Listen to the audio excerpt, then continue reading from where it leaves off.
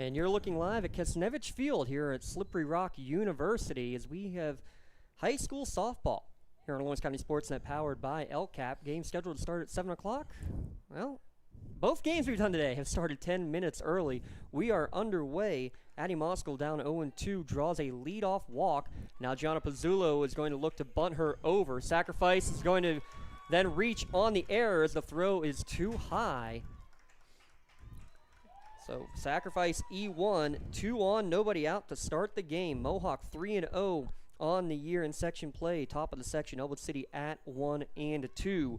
Coming to bat now will be Lydia Cole as I bring in our commentating partner Jay Moan here tonight. Jay, beautiful night here at Slippery Rock University. I had my doubts this morning. I was sitting on the porch, drinking my coffee, and it's raining. Then it quit, and it raining, and it quit. But it looks like it's going to be a nice night. A little bit of wind, but we can handle wind. It's not rain. Yeah, we will take what we can get, to say the very least. And yeah, with downpour that we got at around 11 o'clock this morning had us concerned for sure. No concern here, though. All-turf facility for the second year here at Kesnevich Field at Slippery Rock, and all of Elwood City's games being played on the road here this season. That one swung on and missed. Evens account at 1-1. Amber McQuistion getting a chance to play on her home field a little bit earlier. She'll be coming to Slippery Rock a year from now. The righty in the circle delivers the 1-1 pitch. It's upstairs, 2-1 to count. This is one beautiful field, I have to admit. Yeah, compared to what it was, we were up here for a couple of playoff games a couple of years ago, and it is a huge difference getting this all turf as Cole lifts this one into shallow right field. Coming on and making the catch out there is the right fielder Hoffman, but it's not going to be in time. Sacrifice F9 will score Moskal for the first Parada Jones-McCree RBI of the game, and Pizzulo will advance to third. I think she should have just thrown that ball, kept the runner second base, because there wasn't a chance she's going to get the runner from third, I didn't think. I agree with that, but at the same time, it's probably just as long of a throw to home as it is to third. So either way, it was going to be a tough play to get the speedy Moskal or Pizzulo. So Cole gets the RBI, and now we'll see Abby Donofrio, the freshman, hitting in the cleanup spot here today. Abby come in batting 143.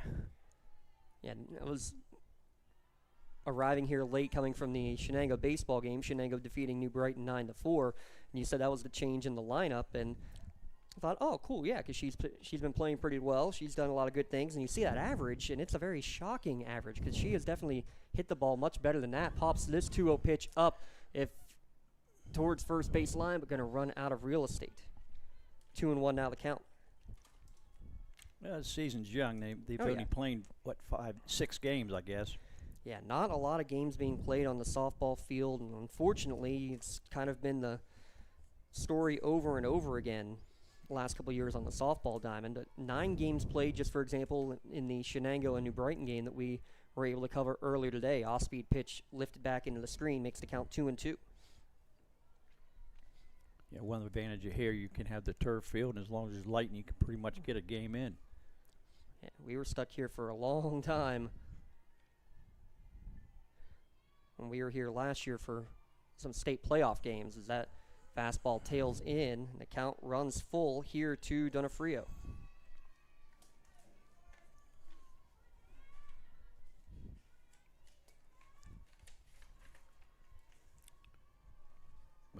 McQuiston comes in with a 1.45 ERA. And she gets Donofrio to pop up on the left side of the infield. Kaylee Palumbi will make the catch for the second out of the inning. Let's take a look at the full starting lineup brought to you by the Crane Room Grill. Addie Moskal, the third baseman, led off. She scored already. Gianna Pizzulo, the shortstop, hit second. Lydia Cole, first baseman, hitting third. Donofrio just popped out as the cleanup hitter.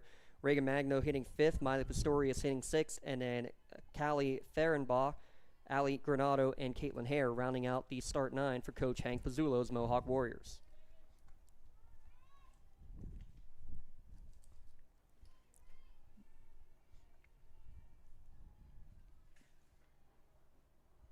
One and 0 the count from McQuiston. Swing and a miss there to Magno. She's hitting .267, the counterpart in tonight's game in the circle, and she'll be playing college ball at Holy Cross. So both these pitchers going on to better things. 2-1 to count. Not sure on either account if they'll be mainly players in the circle or if they'll be playing at some other position on the field. Both good sticks, though, hitting in the middle of their respective lineups as that fastball catches the outside corner for a 2-2 count.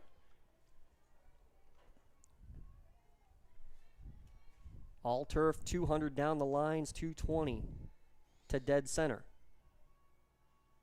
Upstairs on the riser, and again, the count runs full. Third time already in this top of the first inning.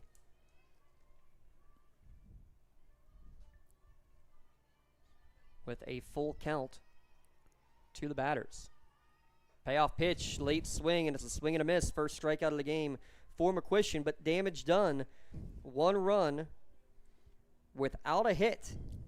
There was an error and a runner left on the bags. Mohawk 1, Elwood City coming to bat on the Lawrence County SportsNet, powered by LCAP. Hey, Mom, do you need a ride to the store today? Oh, no thanks, hon. I got it covered. Mike's taking me. Okay, well, you have a doctor's appointment tomorrow, right? I can take you to that. No, I got it covered too. Mike's taking me. Mike? Yes, Mike's my ex driver. Picks me up right at my door and even helps carry my groceries. It's so convenient to schedule and ride with Axe. Wish I would have called him sooner. Okay, Mom. Sounds like you got it covered. I have an apple pie ready to eat. How about you help me with that? Contractors, the Department of Healthy Homes needs you. From small to large residential projects, you can help families live safer and healthier with the quality work you do. It's rewarding in more ways than one. Call LCAP's Department of Healthy Homes today. We head to the bottom of the first inning. Mohawk no hits in the top of the first, but they get a run scored. We have our starting lineup here brought to you by the Crane Room Grill. Hungry after the game? Wing specials on Thursday and Saturday evenings, and always daily specials at the Crane Room. For Elwood City Wolverines, Crystal Felino is shortstop, Kylie LaFear is catching, Amber McQuistion is pitching, Lexi Beck is center field, Genevieve is first, Kaylee Palumbi is third base, Riley Prestapine is second base, Crystal Kreitzer is left field, and Taylor Hoffman is right field. Late addition. And not a lot of additions to be made for Coach Rosansky's squad. Only 11 on the roster. One of them, Lena Lucarelli, is out for the year with an ACL injury. So not a lot of variety to be able to work with, really. Yes, Mohawk, I believe I saw 20 in their roster.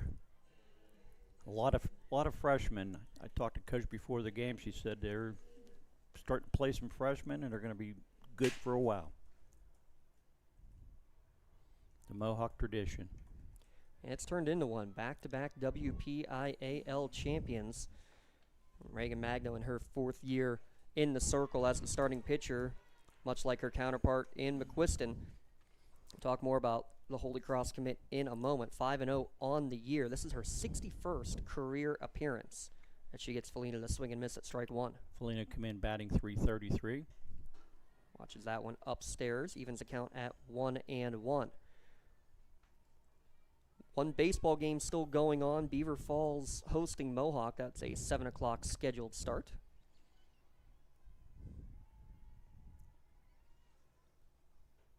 Already some upset news today as well. Shenango, after defeating Neshannock for the first game in 57-game winning streak right on Thursday. Riverside defeats Shenango today 3-2. Wow. So Section 1 is going to be a barn burner as this one's chopped foul down the first baseline. So for those keeping score at home, let's see. Shenango beat Neshannock. Neshannock beat Riverside. Riverside beat Shenango. And you also have Laurel in there who lost to Neshannock but beat Shenango. And I believe they also beat Riverside. So go figure. We have a lot to figure out as we just hit the midway point of the section season. As this is the second game tonight between the Warriors and the Wolverines downstairs in a full count to Crystal Felino. I think Neshannock's still the team to beat. I think they'll come back. Now that's going to be the question, is how do they end up responding after something that haven't done in 3 years. Inside corner called, strike three. First K of the game, 61st strikeout of the season for Reagan Magno. Kylie LaFear up the bat. She's batting .533 on the year. That's a team high, .533. She drew 3 walks in the first game against Mohawk. It was a 4-1 Warriors victory at Mohawk High School. Magno, let's say hot and cold as that one's fouled out of play.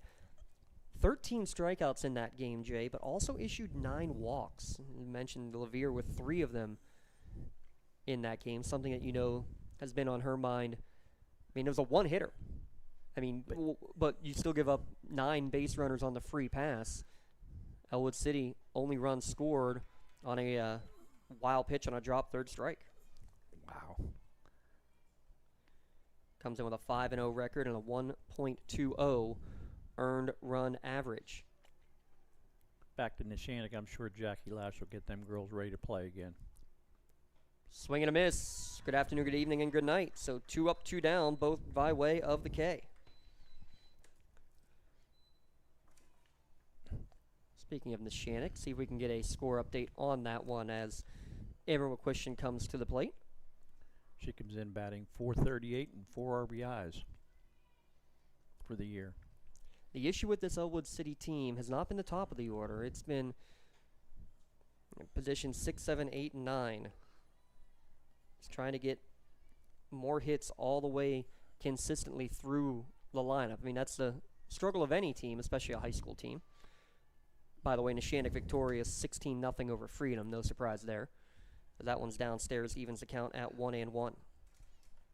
Elwood City come in with only a .278 team batting average, which isn't too good. Oop. I was right, 2-1. Or 1-1, now 1-2.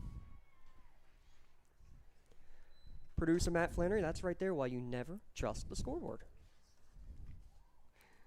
1 ball, 2 strike to count here to McQuiston, hitting .438 on the season. An off-speed pitch just misses downstairs. Good hold from the senior. Count even at 2-2. That was Kenny Lynn's best pitch the other night, and then Neshannock lost. Oh, now they changed it back on me.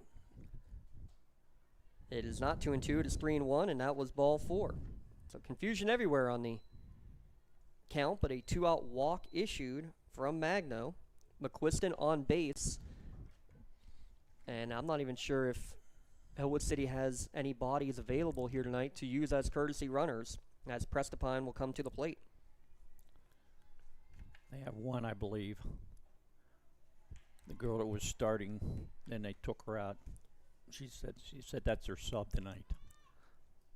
Lexi Beck up to bat. She comes in batting .286.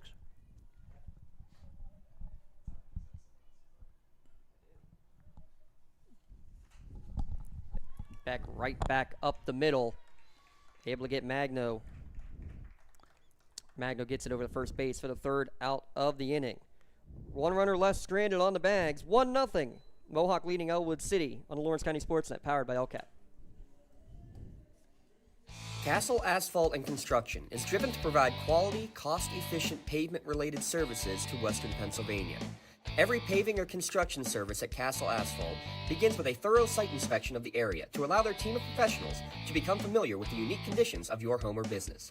Once the site inspection is complete, Castle Asphalt provides you with a detailed plan of the design, cost, materials, and time of completion, so you know exactly what to expect during your construction. Visit castleasphalt.com to request a quote for your next project and make your dream design come to fruition. Your hip, your knee, your shoulder, whatever has been holding you back, UPMC Orthopedic Care is where you'll find experts to help you get back to a better quality of life. UPMC is pioneering minimally invasive surgeries, and we offer personalized treatment plans and same-day surgery to get you home and moving sooner. It's your ankle, your elbow, your hand, and it's your move. Visit upmc.com/ortho to learn how UPMC can help. Top of the 2nd inning coming your way here at lcsportsnet.com. 1-0 Mohawk with the lead on a walk, an error, and a sac fly in the top of the 1st inning. It'll be Pistorius, Fehrenbach, and Granado due up here in the top of the 2nd inning. Pistorius, the catcher, takes ball 1. Pistorius come in batting .278. All singles, no extra base hits on the year for Pistorius. Upstairs, 2-0 to count. Let's take a look at the defensive alignment by Medor Bonner-Law. Kara Kreitzer, Alexis Beck, and Taylor Hoffman left to right in the outfield. Kaylee Palumbi at third, Crystal Felino at short, Riley Prestapine and Gianna Genevieva on the right side of the infield. Kylie Levere catches strike 1, makes count 2-1. She's the battery mate for Amber McQuiston, again the Slippery Rock commit. 2-3 record on the year. How about this? 46 strikeouts, just 3 walks issued from Amber coming into today's game. This one lifted in the shallow right field, and a diving attempt, and unable to get to it is Hoffman. And we'll look at the spin out in the foul territory. That means Prestapine is off to the races all the way to third base. Leadoff triple for the senior. The right fielder took that first step back, and then she didn't have a chance to come in enough to get that. Yeah, applaud the effort, and unfortunately with the spin on the turf, ball kicks well into foul territory. And that'll be the first hit of the ball game. You mentioned the freshman. Here's one of them in the starting lineup. Callie Fehrenbach in there for strike 1. She comes in batting .222 in a year. Looking to drive in her first run of the year as well, Jay. See if she bunts or swings away. She is swinging away, fouled back and out of play. And good job on McQuiston, quickly up 0-2. Defensive alignment brought to you by Medor Bonner-Law, a community firm with personal connection and individualized service. Experienced lawyers and staff, always ready to help. Fouls back into the screen. Count will remain 1-2. Nice swing there, but just did not get it in fair territory. Mohawk coming in ranked number 1 in the Trib Live rankings for Class 3A. Hold on the rise ball, makes the count 1-2. Mentioned the numbers for Magno. 61st appearance for her tonight. This is McQuiston's 62nd career start. Fastball misses away, 2-2 to count. And how about this? Won't happen tonight, but probably the next game she will hit her 10,000th career pitch in high school ball. And that's just high school ball, not counting practices, summer league, fall ball. Surprised she has an arm left.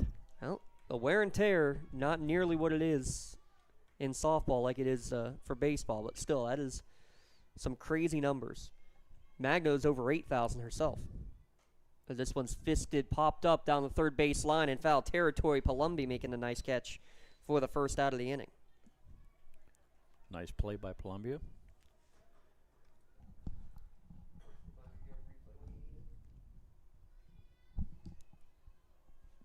Got a good break in that ball.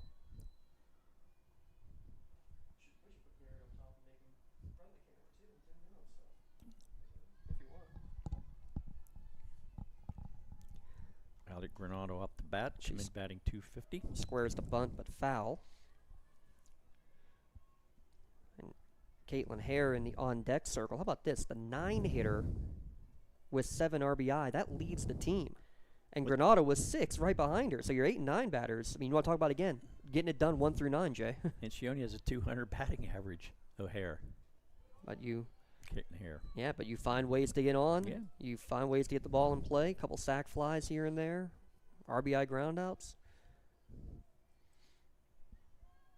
Neither team has a lot of power. Mohawk with 4 homers on the year and Elwood City with none. That one fouled back to the screen. Count now 1-2. Avonworth sandwiched between these two teams right now in the section standings. Avonworth coming in today 3-1 in section play. Mohawk 3-0 so far. Elwood City at 1-2. Another one lined foul. Count will remain 1-2. Mentioned Mohawk number 1, no surprise. South Park number 2. They've been 1-2 the last 2 going on 3 years. I believe Mohawk knocked them out of the playoffs the last 3 years too, South Park. Yeah, once in the quarterfinals, I believe, and then last 2 years down at Lilly Field for the WPIAL championship. 2-ball, 2-strike count. Off speed, just misses inside. Nice changeup there from McQuiston, but couldn't get it over the plate. That was a good hold by Granada that time. 8 batters faced, 4 full counts faced. Payoff pitch, ground ball towards short. Only play will be at first. And there it is, an RBI without the hit. RBI ground out 6-3, plates the second run of the game. Another Parada Jones-McCree RBI. Parada Jones-McCree excellence is their guarantee. Now we have Caitlin Hare coming up the bat. Want to get a chance to ask her at some point, but switches from number 2 to number 00 now that her sister is gone. Was her sister a 0? Olivia Hare has been wearing that 00 out in center field for the last 4 years, and as soon as she leaves, little sis has to take over her position and her number. Just wouldn't feel right if 00 wasn't the one standing out in center field for wearing the Mohawk red, white, and black. A center fielder just like her older sister. And she gives this one a ride to deep left field. If it's fair, it's gone, and it's gone. Wow, what a shot. The 9-hole with some power. Her second dinger of the year, a solo shot for Caitlin Hare, makes it 3-0 Mohawk. There was no doubt about that as long as it was fair. That was a shot with against the wind too, I believe. Yeah, just snuck it inside the foul pole.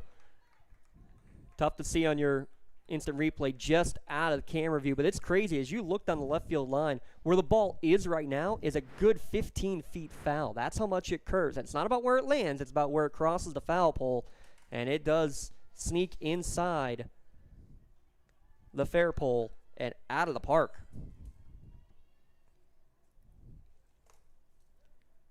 Certainly an early Melee Chiropractic Play of the Game nomination.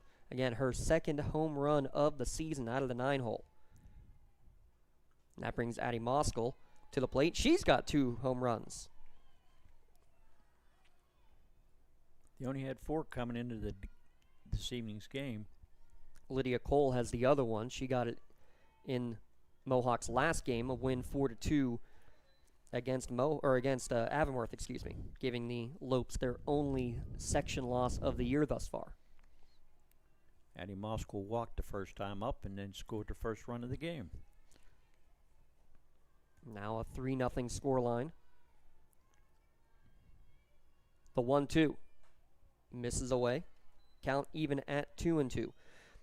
McQuiston has now given up 22 runs on the year. Only 8 of them, though, have been earned.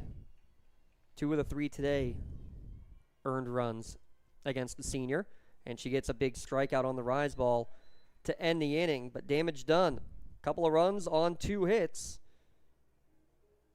And heading to the bottom of the second inning, it's 3-0 Mohawk. You're watching on the Lawrence County SportsNet, powered by LCAP. Tired of gasoline costs? Why drive? Let the Newcastle Transit Authority take you where you want to go. Serving the city of Newcastle and stops throughout Lawrence County, as well as weekday service to Pittsburgh. Public transportation just makes sense. Why drive when you can relax and ride? For more information or for route schedules, log on to newcastletransit.org. The Newcastle Transit Authority, going your way. And remember, senior citizens ride free.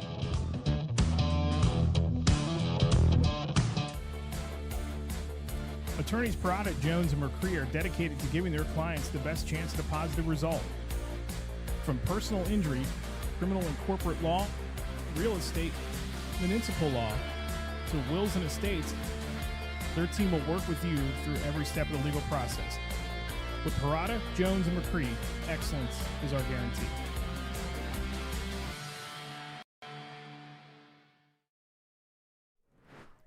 Real quick, Jay, let's talk some LGKG keys to the game, especially for Elwood City now trailing by a score of 3-0 as we start the bottom of the second inning. I think Elwood City is going to have to get some base runners to start with. It's going to be tough against Mango. If they get him on, they got to move him around. Make contact. Yeah, getting a ball in play has got to be first things first, and then maybe manufacture a little bit. Find ways to get runners on, get runners over. As Gianna Genevieve, the freshman in there, fouls it back for strike 1. Genevieve, Palumbi, and Prestapine are the 3 due up here in the bottom of the second inning. Chop down the first baseline, taking on a couple of hops. Cole will step on the bag, 3 unassisted for the first out of the inning. Let's look at the rest of the Medora Bonner Law defensive alignment here. For Mohawk, Callie Fehrenbach in left field, Caitlin Hare in center, Ali Granado in right, Addie Moskal and Gianna Pizzulo on the left side of the infield, Abby Donofrio at second, Lydia Cole at first, Miley Pastorius behind the dish with Reagan Magno.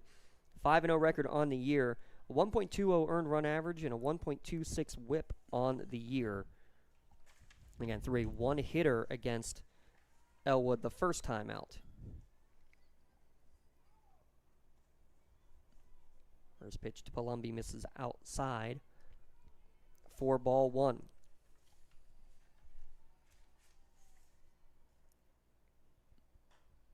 In there, he evens the count at 1-1. Coach Rosansky down at third base. Game number 351 in his career as the head coach of Elwood. Columbia come in batting 143 for the year with 2 RBIs. Genevieve, Palumbi, Kreitzer, no extra base hits for any of them. Hoffman with no plate appearance is going to get her first time in the batter's box this year when her spot comes up in the 9-hole. 2-2 now to count here to the junior third baseman. Get you some more score updates down the road. Elwood City baseball victorious today. Mohawk baseball just getting underway. As that one's fouled back to the screen. Count remains 2-2.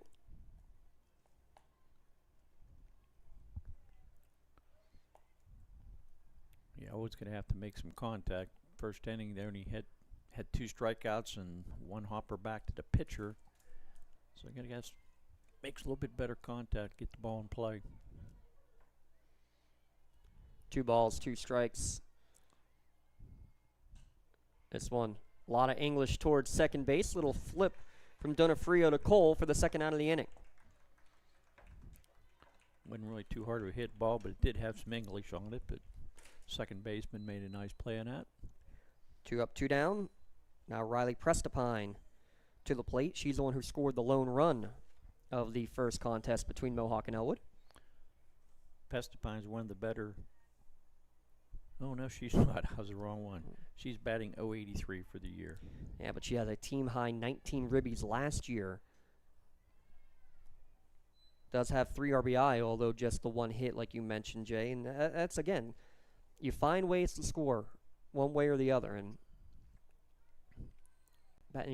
trying to shake things up. I mean, Prestapine's been hitting at the cleanup spot a good chunk of this year. Move her down to the 7-hole. Maybe you see some more fastballs and get the barrel of the bat on it. This one, though, off the end of the bat towards second. Donofrio completes the 1-2-3 inning. Mohawk leading 3-0 through 2. Back in a moment. You're watching Lawrence County SportsNet, powered by LCAP.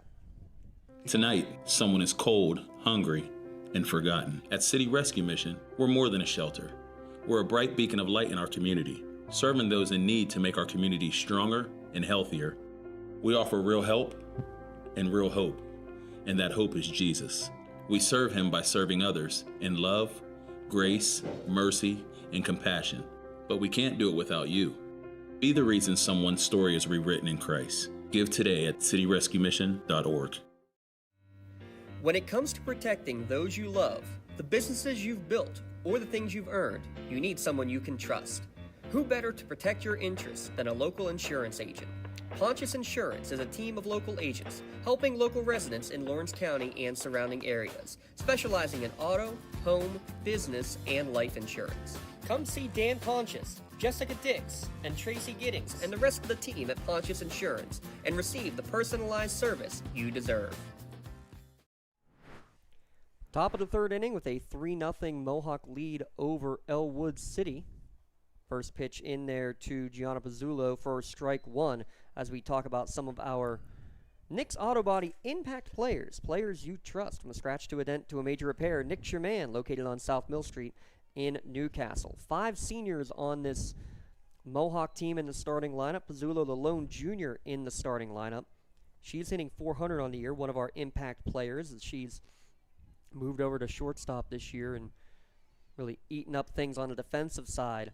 And I think more than anything, too, Mohawk's key, you know they're going to have the bats. They have a good chunk of their offensive lineup back. You still have your pitcher.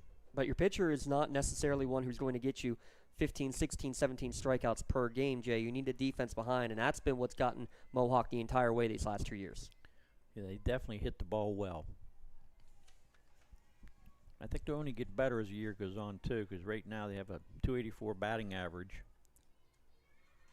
That one's fouled back to the screen. A couple of good non-section wins. Certainly helping the cause as well. That was one thing Coach Hank Pizzulo said after losing in the first round of states the last 2 years. He said, I'm not holding back. We're going to schedule as many games as we can against as many tough opponents as we can throughout the course of the year to make sure we're ready, not just for the playoffs and districts, but also ready for a state run again. That's what you got to do. Another foul tip back to the screen, and almost made it feel like, he was not satisfied with getting the 2 district championships the last 2 years, which I think is a good mentality. Always looking to improve and go 1 step further, or 2 steps. Well, they want to go 4 steps further and make it all the way to Beard Field at Penn State. That's your goal. It should be your goal every year, especially with the talent they have. Speed pitch fouled back out of play. Somehow missed our camera operator, Mr. Garrett Dolan. Skipping class to be here, I've been told. I know he's got a long road trip in the morning, so big thanks to him being out here. As that payoff pitch misses outside. 9 pitch at bat results in a leadoff walk. Only the 4th base on balls, now 5th, free pass given up by McQuiston this year.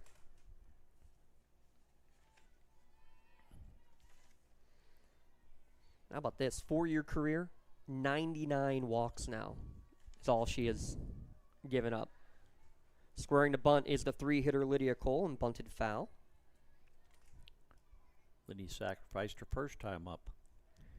I'm talking about impact players, obviously. Amber McQuiston right there on the list. Top batting average, or one of the top averages. First couple games, she was hitting over 700 on the season. And, of course, has thrown, I believe it's about 96% of the team's pitches over the last 4 years. They relied on her arm a lot. Pop up on the bunt by Cole. Good job hustling back by Pizzulo before McQuiston could fire it down. So the bunt unable to get it down. First out of the inning on the pop-up to the pitcher. Kept the runner at first base, which was a good thing. That shows you what Mohawk feels like they're going to be having to do over the course of this year, though. Everybody willing to bunt, needing to bunt. That was the 3-hitter squaring around. Now, cleanup hitter Abby Donofrio. She flew out in her first at-bat. Flies that one back and out of play. McQuiston J1 has pitched all year for Elwood City, too. She's pitched every inning, every batter. And she had most of the work last year, too. Ground ball right back to her. Thought about going to second. Takes the easy sure out at first. It was going to be a bang-bang play as Pizzulo was quickly there to second base. So a pseudo-sacrifice, 1-3. Moves the runner into scoring position, but now 2 down. I think if she got through that ball as soon as she got it, she could have got it at second base. I think the ball would have beaten her. I'm not sure if the fielder would have gotten there, though, Jay. It was going to be... Looked like she double clutched a little bit. And in the end... It was smart. Yes, that's the point. Is that you got to make sure you get it out no matter what.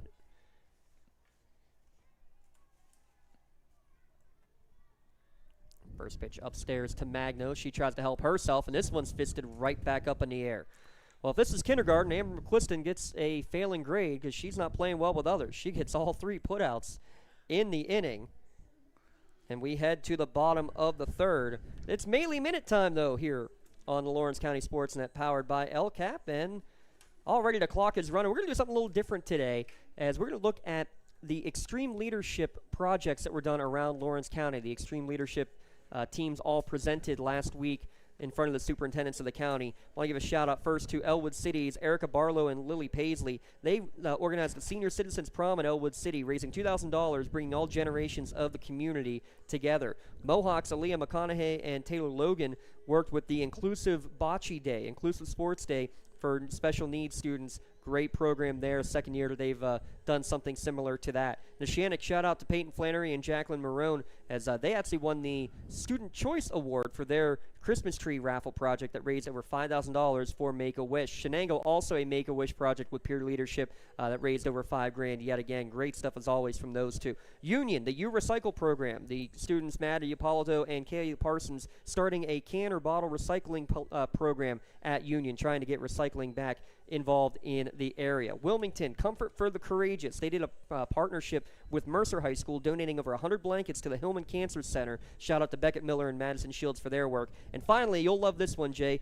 The Nika High Idol Talent Show coming up in a couple of weeks. They raised over $2,000 last year. May 21st at 7 p.m. There will be guest stars available that are going to be performing junior high competition going on for the first time as well. You don't want to miss it. And I hear Matt Flannery maybe making a special appearance? Ooh. Or maybe I'm just making that up. We'll find out for sure, but definitely want to check it out. Great fundraiser there to help promote their hygiene kits and fund their hygiene kits. Anna Reeder and Matthew Greco, great stuff from them. There's your Melee Minute.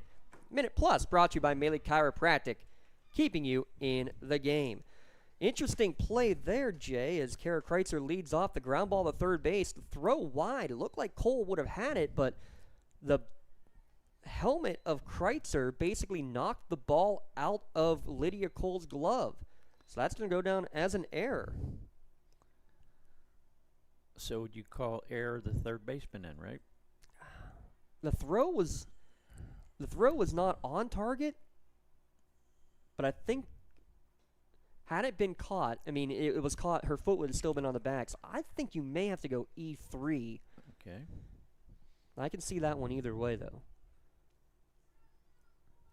Check what the unofficial official game changers all say. And scoring the bunt on the 0-1 is Hoffman, and quickly down now 0-2 is Taylor Hoffman hitting ninth. This is her first official plate appearance of the season. She has scored 4 runs, so she must be the designated runner. Yeah, she's been the courtesy runner, a whole bunch over the course of the year. Now getting a chance to swing the bat. 0-2, misses downstairs. Count now 1-2. Well, we're going to have to go to the auxiliary decision, because one says error on third baseman, one says error on first baseman. Flip a coin? What's Matt Flannery say? I trust the judgment of Mr. Garrett Dolan, our baseball man. We'll see if we get a report from him. Right now, I'm putting it down as an E3. Okay, I'll go with you, James. 2 balls, 2 strikes now to count to Hoffman. And it misses away. So good at bat here for your first plate appearance of the year. Top of the order waiting in the on-deck circle. Has a full count.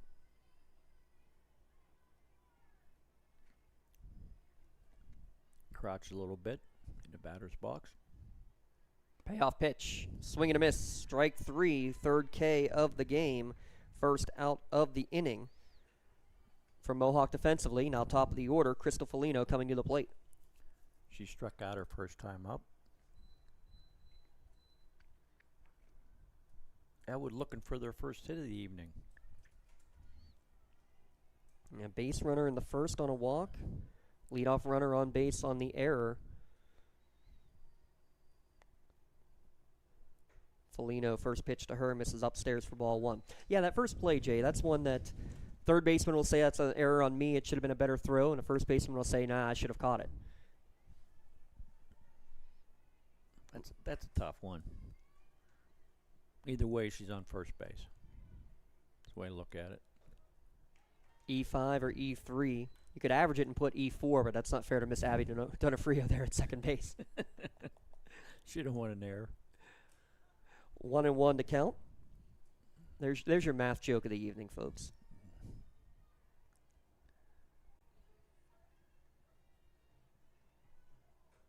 Another one upstairs, 2-1. 3 strikeouts and 1 walk in the first time through the order.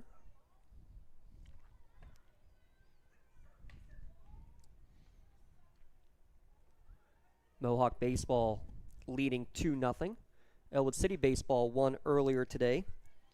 Final score of that one was 9-1 against Quaker Valley. Wolverines will be on the road tomorrow to wrap up that series against the Quakers.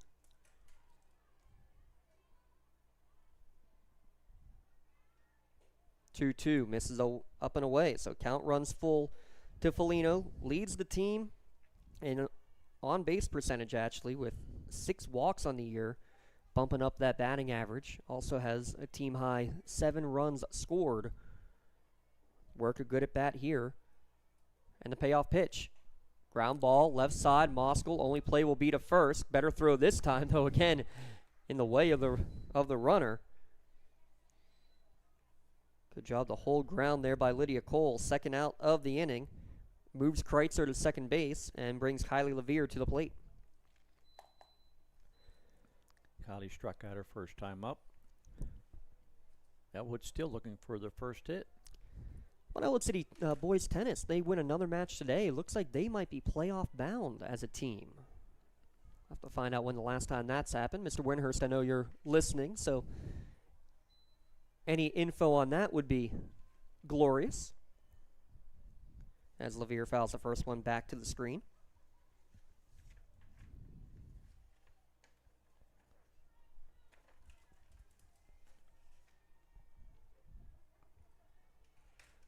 Oh, 1 count. Pop up sky high right behind the second base bag. Pizzulo calls everybody off and ends up catching it basically in the breadbasket of the second baseman. Nonetheless, gets the out to end the inning.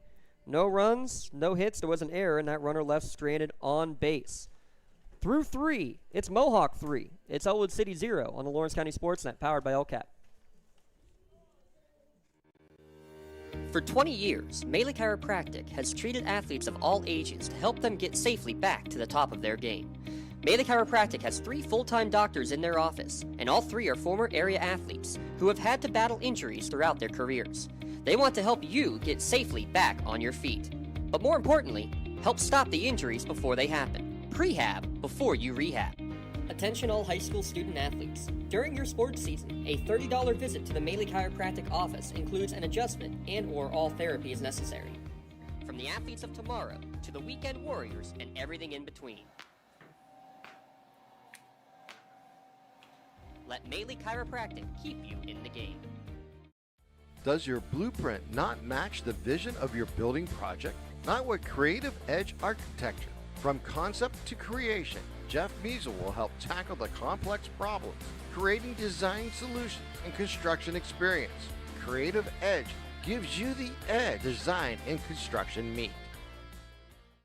I'm Kevin Sapp. I'm president of the Mohawk Education Association. We are one of the sponsors for the Lawrence County SportsNet. We would like to take a moment to wish all of Lawrence County student athletes health and safety as they compete. In particular, we would like to wish luck to all of Mohawk student athletes as they represent our school with pride.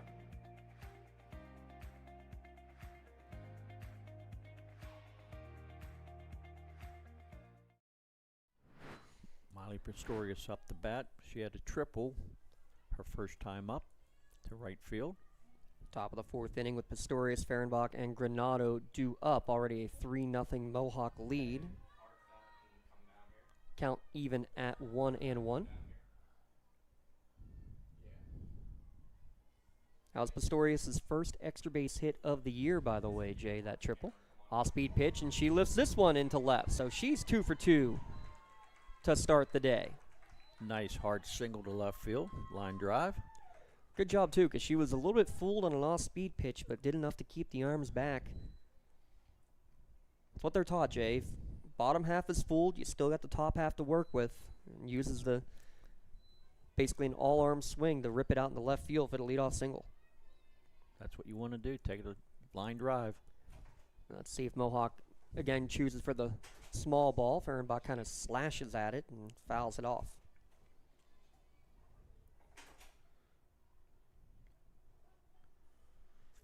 Fehrenbach popped up the third base her first time up.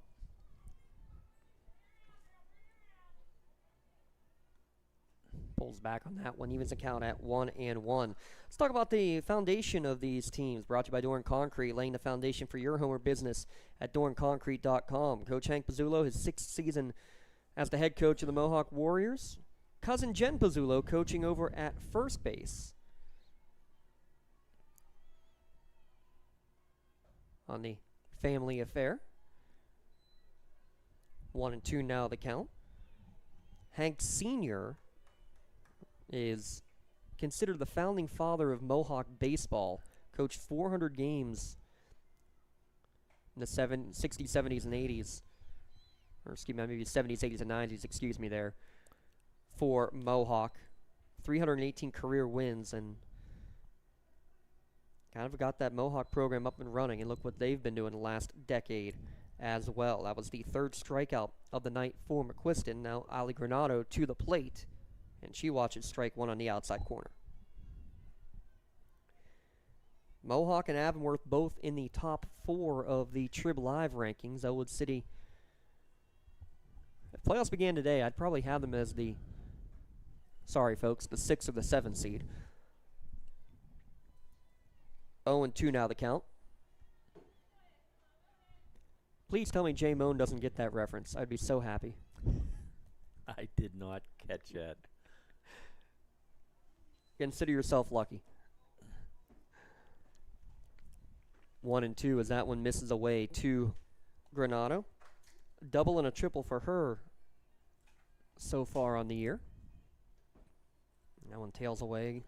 2-2 now the count. I did catch the reference because my grandkids were doing that. And now he's got it. Oh, now yes. he figured it out. I figured it out. A little slow. The 2-2 to Granado. Swing and a miss. Back-to-back strikeouts. Throw down the first base, though, is going to go into right field, and that's going to allow the runner to advance. Thought about going all the way to third. I think she probably would have made it. Pastorius will hold at second. E2 will advance the runner 60 feet. I think she could have definitely made it to third base there, especially since she fumbled the ball in right field, picked it up and dropped it. Yeah, but you never make the last out at third. That's kind of the cardinal rule. So still in scoring position as Caitlin Hare comes to the plate, and I think that's part of it too. Don't take the bat out of this young lady's hands. Already with a home run today. Powerful swing there, though she fouls it back and out of play. She was our MVP of the game last time these two teams played. Double, a couple of runs scored, and an RBI. See what happens the rest of the game with her. Yeah, well on her way in the early going to be potentially taking home some T-shirts one way or the other. Maybe it's the Maley Chiropractic play of the game. Hey, Old Joints got you sidelined. Doctors Mitch Maley, Chris Ardro, Kelsey Bowser. They can get you straightened out. 0-2 the count. Off speed upstairs.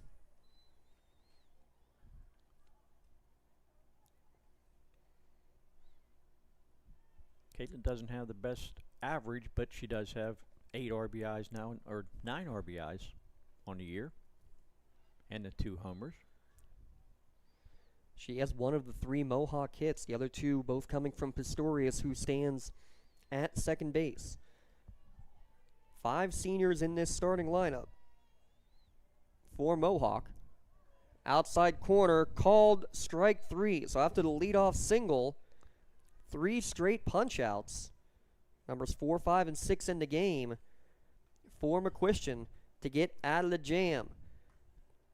3-0, Mohawk still leads on the Lawrence County SportsNet. Powered by LCAP. Like in sports, it takes a great team to protect you, your family, and your business.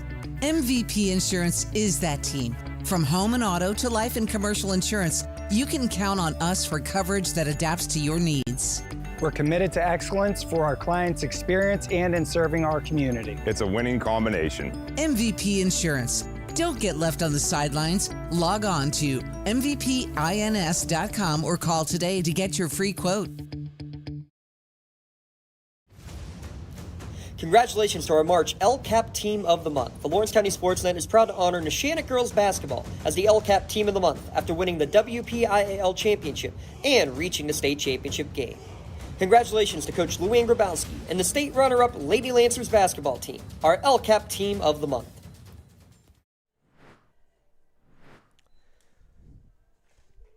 Heading to the bottom of the fourth inning.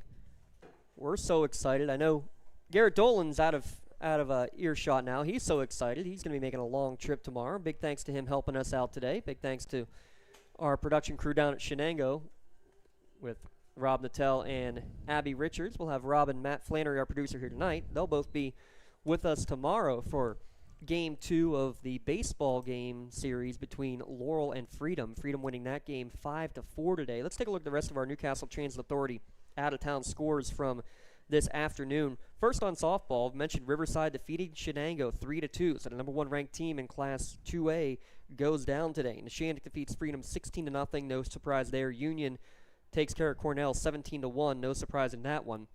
Wilmington 4-2 victory over Slippery Rock. Laurel in non-section action defeats Blackhawk 3-1. And also in non-section action, Newcastle loses to Hickory on the road 11-4.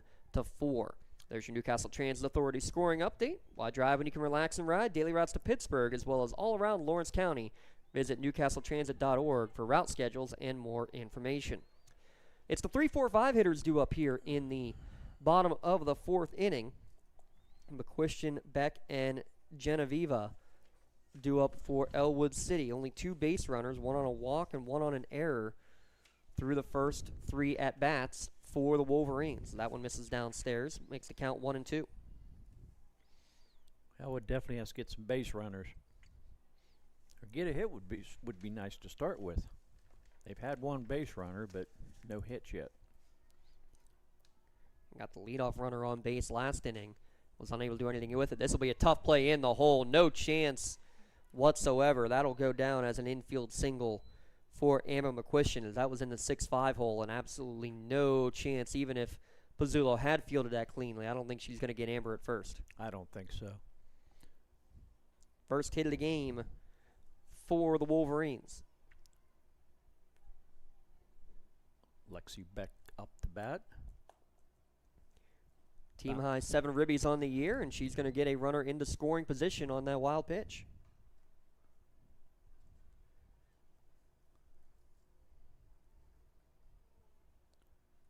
I wasn't sure if that was going to be a wild pitch or a pass ball. Yeah, I think I'll go with a wild pitch. I think wild pitch. That is borderline. I will definitely defer. We're not going to. I wouldn't argue it either way. Yeah. But now an open base and a runner on first. Good response from Magno. Right in there. Evens the count at 1-1. Smacking her gloves. You're very upset.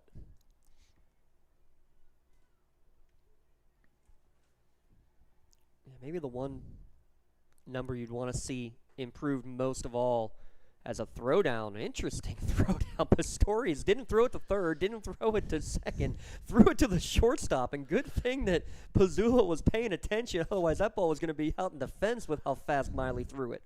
I don't know what that was all about. I think she thought she had to run her caught between the bases, but she went back to second. There's nobody there.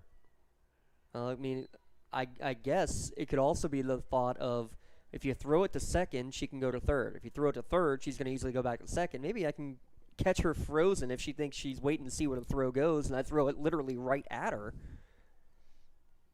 Tell you what, I don't mind it. It's an interesting strategy. Yes. 3-1 now the count as Beck fouls it back to the screen. On the baseball side, Newcastle in non-section play lost at Taylor Alderdice today, 8-4. Mentioned Laurel lost to Freedom 5-4. Shenango, we had the game earlier, defeats New Brighton 9-4 in that one. Elwood City defeated Quaker Valley 9-0, and Mohawk at last check was leading Beaver Falls 2-0. Neshannock in a doubleheader today defeated Aliquippa by scores of 20-0 and 21-0. This payoff pitch misses upstairs for ball 4. Second walk issued of the game, 2 on, nobody out. Tying run all of a sudden comes to the plate in Gianna Genevieve. They're getting the base runners. Now need a big hit.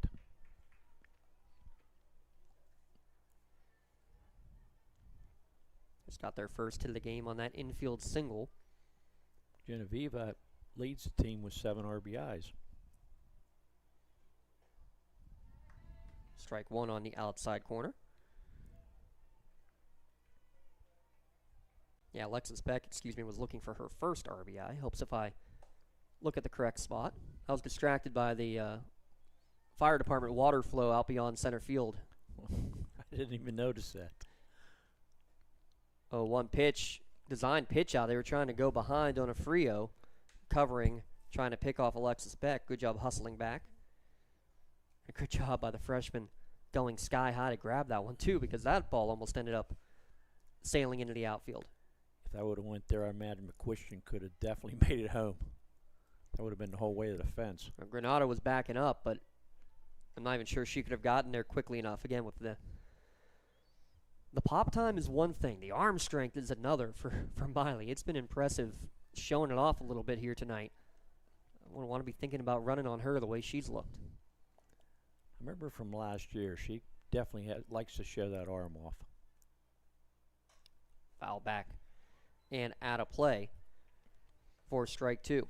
Elwood City's got their own WPIAL history. I mean, Mohawks won the last two, but Elwood City under Coach Rosansky champions in 08, 2016, and 2017. 7-time section champions in that span as well, but they're looking for, would be their first section championship in a decade. Last one was in 2017. Currently, right now, as you look at the ACT standings, 2 games back of these Mohawk Warriors, but a win tonight to get the split. Still got games against Avonworth upcoming. Lots to still have in front of the Warriors. This one ground ball towards second base. Only play for Donofrio will be at first.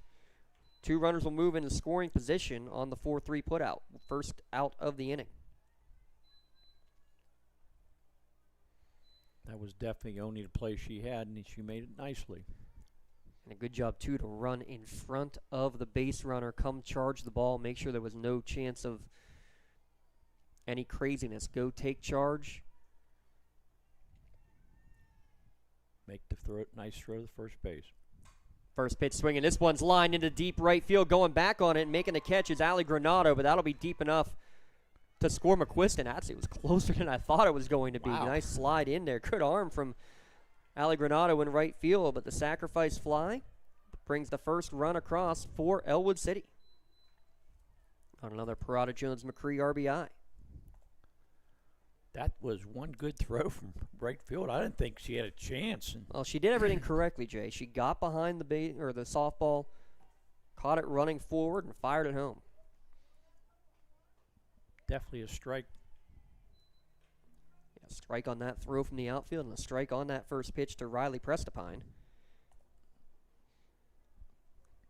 1 for 13 on the year, but she, with 4 walks drawn on the year and a couple hit batsmen, she's actually got an over 300 on base percentage. Still doing the job. This one chopped towards third base. Nice snag by Moskal, at third, and Addy completes the 5-3 putout. 1 run no across on 1 hit, and a runner left stranded through 4 innings. Elwood's on the board, but Mohawk leads 3-1 on the Lawrence County SportsNet, powered by LCAP. Works in Progress Painting wishes a successful and satisfying season to all the Lawrence County sports teams and athletes. Work hard and bring honor to your team, school, and family in how you play. Joe Wright and his family have been providing painting, window cleaning, and other property services for business and homeowners in the Lawrence County area for over 10 years. Their goal on every project is to provide a meaningful service that honors their customer, God, and their family, and to have fun while doing it. Works in Progress is now booking interior painting projects for both residential and commercial projects. Call Joe today at 724-714-4294 to discuss your next project. Nick's Auto Body, trust your body in our hands. From a scratch to a dent to a major repair, Nick's your man. Making your car look as good as new. Nobody does it better than Nick's Auto Body. Trust your body in our hands. Nick's Auto Body. Trust your body in our hands. Top of the fifth inning and top of the order due up for Mohawk. They lead 3-1 over Elwood City here in the second game of the year between these two county rivals. 0-1 pitch to Moskal is fouled back to the screen. 0-2 now the count. Moskal walked, scored in the first, and struck out in her second at bat. All those out-of-town scores, again, brought to you by the Newcastle Transit Authority. Also, if you missed it earlier, Elwood City Tennis with a win today, 4-1. They are likely playoff bound. That one's fouled out of play. First time that they've been in the playoffs since 2009 for the tennis team. That's a long time. Yeah, tell it to Mr. Brad Winhurst, because he was apparently on that team. I'm sure he was like the 5th or 6th alternate if he was on the team and they made playoffs. There's no way he was ever seeing the court, right? Weak kid, Brad. Big thanks to him. I know he was covering the baseball game today. I think they're covering it tomorrow as well on ECS. Big friends of the network, as always, as that one's back towards us. And I didn't jump. The two scorekeepers we had at Shenango today, if I said they jumped 5 feet in the air, that's probably exaggerating it, that it was closer to 10. But I was nice. I said they didn't jump at all. Rise ball misses away 1-2. Now, did I claim Eric Thomas jumped about 3 feet? Oh, absolutely. I, of course, threw him under the bus. You have to. Ah, I'm too nice. Eric deserves it. 1-2. Also misses upstairs. Count even at 2-2. I've been known to jump occasionally, but not that often. Moskal at the plate leads the team with a .467 batting average. And see, rips this one right at the third baseman. Palumbi stabs it and catches it for the first out of the inning. That was a hard hit ball. Hit that right on the numbers. Hot corner to say the very least. Palumbi able to make the catch for the first out of the inning. Gianna Pizzulo, no official at bats yet today. Sacrificed and reached on an error in the first. Walked in the third. Emma McQuiston, who scored the only run for Elwood City, she also is without an official plate appearance. Or take that back. She's now 1 for 1. It was an infield single rule in the last one. But she's been on base twice. Working now in the circle. 6 strikeouts on the evening. But down 2-0 to Pizzulo. Gianna was 1 for 3 with a ribby the first time these two teams met.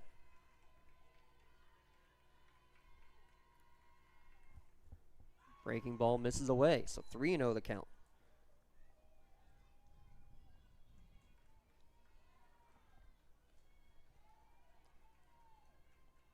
Mohawk's making the pitcher throw a lot of pitches. And a 4-pitch walk. McQuiston came in with 3 walks on the season. That is her 3rd free pass issued tonight. That was one of our LGKG keys to the game for Mohawk, was to avoid giving the free passes like they had in the first game. Well, tonight it's the other way around. It's Elwood City that's allowed a few too many. Those keys to the game brought to you by Luxembourg, Garbutt, Kelly, and George. Get the home field advantage at lgkg.com. And again, no home field for Elwood City. Stifle Field ruled not suitable for play this year, as Cole swings and misses, evens the count at 1-1. So they have a couple of games scheduled to play at Riverside, a lot of games scheduled to play up here at Kisnevich Field at Slippery Rock. Are they redoing the field? They're going to have to now. And in the meantime, instead of being able to build a new field for this year, the old field is deemed that it is no longer safe to play on, basically. So they had to make everything away games this year. 2-2 pitch. Cole fouls that one back to the screen. It'll remain 2-2. Lydia Cole going to play ball at Gannon next year. Hitting .389 so far on the season. Drove in the first run on a sac fly here tonight. She lifts this one as well to right field, trailing and going to go foul.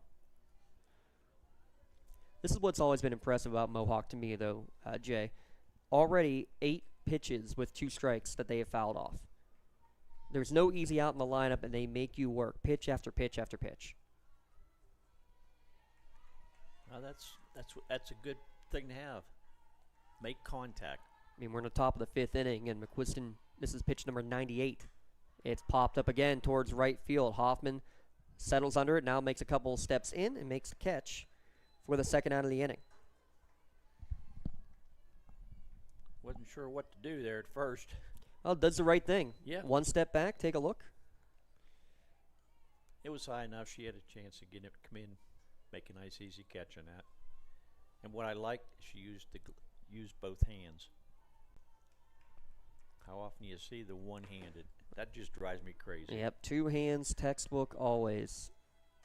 First pitch swinging is Donofrio, and she pops this one up into shallow right center field. It's going to fall in. Going hard the entire way, rounding third and heading to the plate will be Pizzullo. Never hesitating the entire way. And it's going to be an RBI double. Just kind of found in no man's land. 4th hit and 4th run of the game for Mohawk. That ball definitely was not that hard hit, but was where they weren't. First pitch upstairs to Reagan Magno. And with 2 outs, Pizzullo was running like she should. Now, she was thinking at least third and immediately saw the coach giving the go, go, go signal the entire way. And again, being an all-turf field, you get a little more spin out there than you would if it was grass, Jay, and it did kind of kick away just enough. There was no chance whatsoever of getting her at the plate. Pizzullo does have some speed there, and she showed it right there. As Magno fouls that one out of play, 1-2 the count. A lot of times the runners don't know how many outs there is, and she knew there was 2, and she knew you just kept on going. Baseball, softball, smart, fundamental play will outlast so many high-quality teams. You can have the best athletes in the world, but you can outsmart a team and really frustrate a team by doing some of the little things like that. Yes, exactly.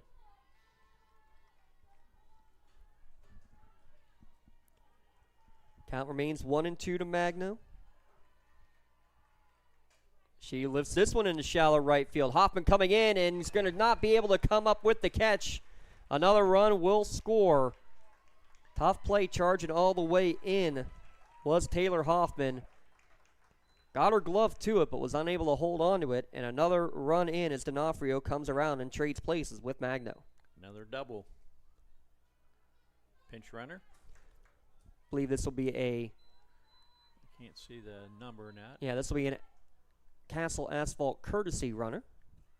I meant courtesy, I didn't mean pinch. Knew what you meant. Did you see the number, James? Did not. I will tell you in a second now. Okay.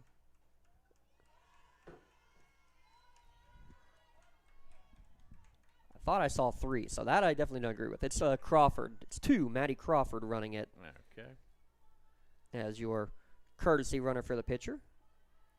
Castle Asphalt provides commercial or residential asphalt paving, commercial site work, and commercial line striping. CastleAsphalt.com. Pistorius up with already 2 hits for the afternoon. She slices this one fouled on the first base line. Count 1-2 now to Pistorius. Triple and a single so far for Miley.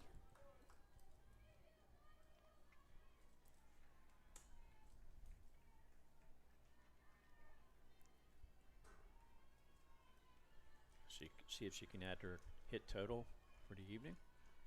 2-out magic so far with a couple of runs across the board for the Warriors. This one fouled back to the screen. It's now up to 10 fouled off pitches with 2 strikes here today. Again, the pitch count doesn't matter nearly as much in softball like it does in baseball, but we're in the 5th inning, and that was pitch number 107 for McQuiston. Here's the 1-2.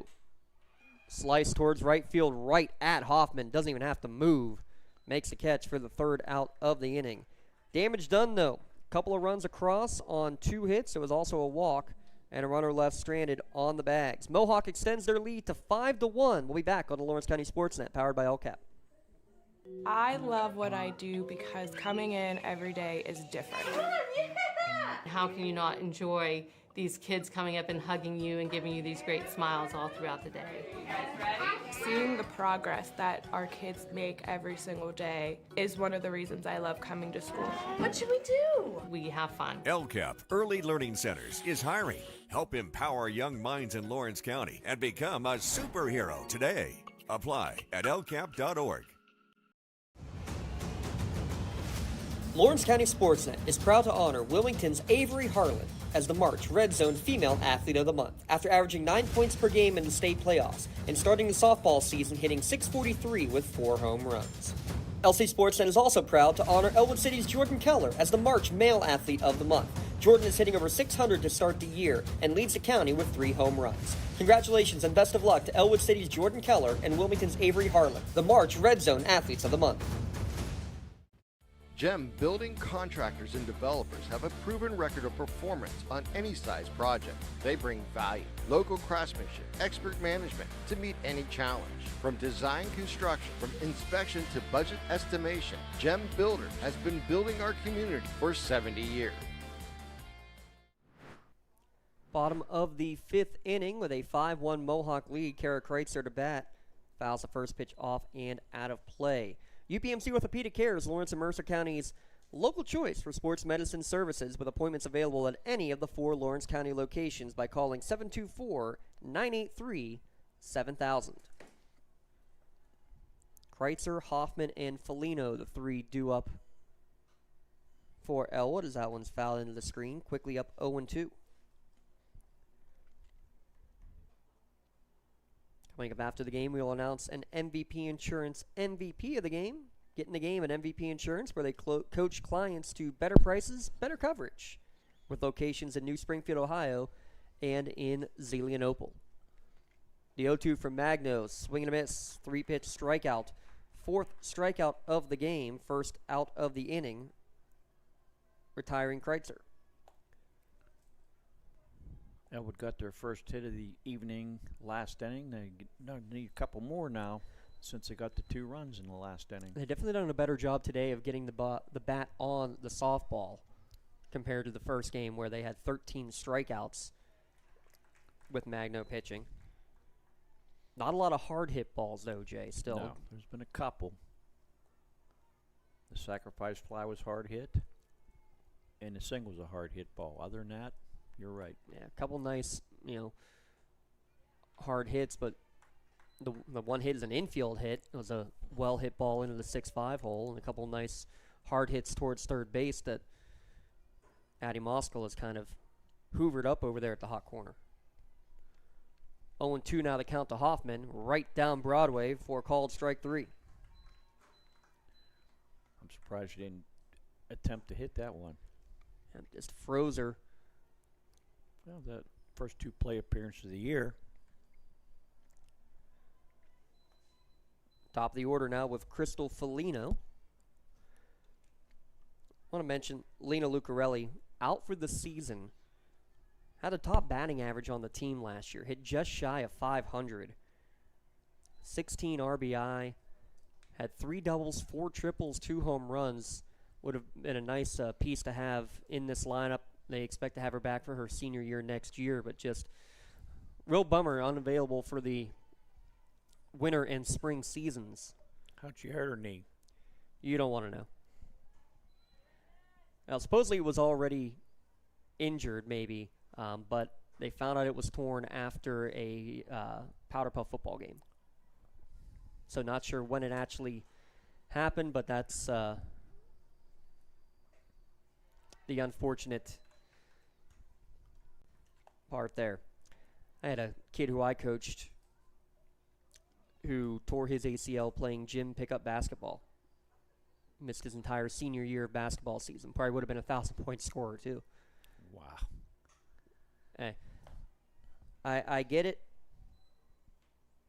You don't want to tell a kid, no, don't go have fun, but freak accidents can happen any time, any place for any number of reasons. So unfortunately that kid didn't get a chance to play his senior year, and I guess the good news, if anything, is that you'll see Lena back on the basketball court next year and on the softball diamond next spring as well.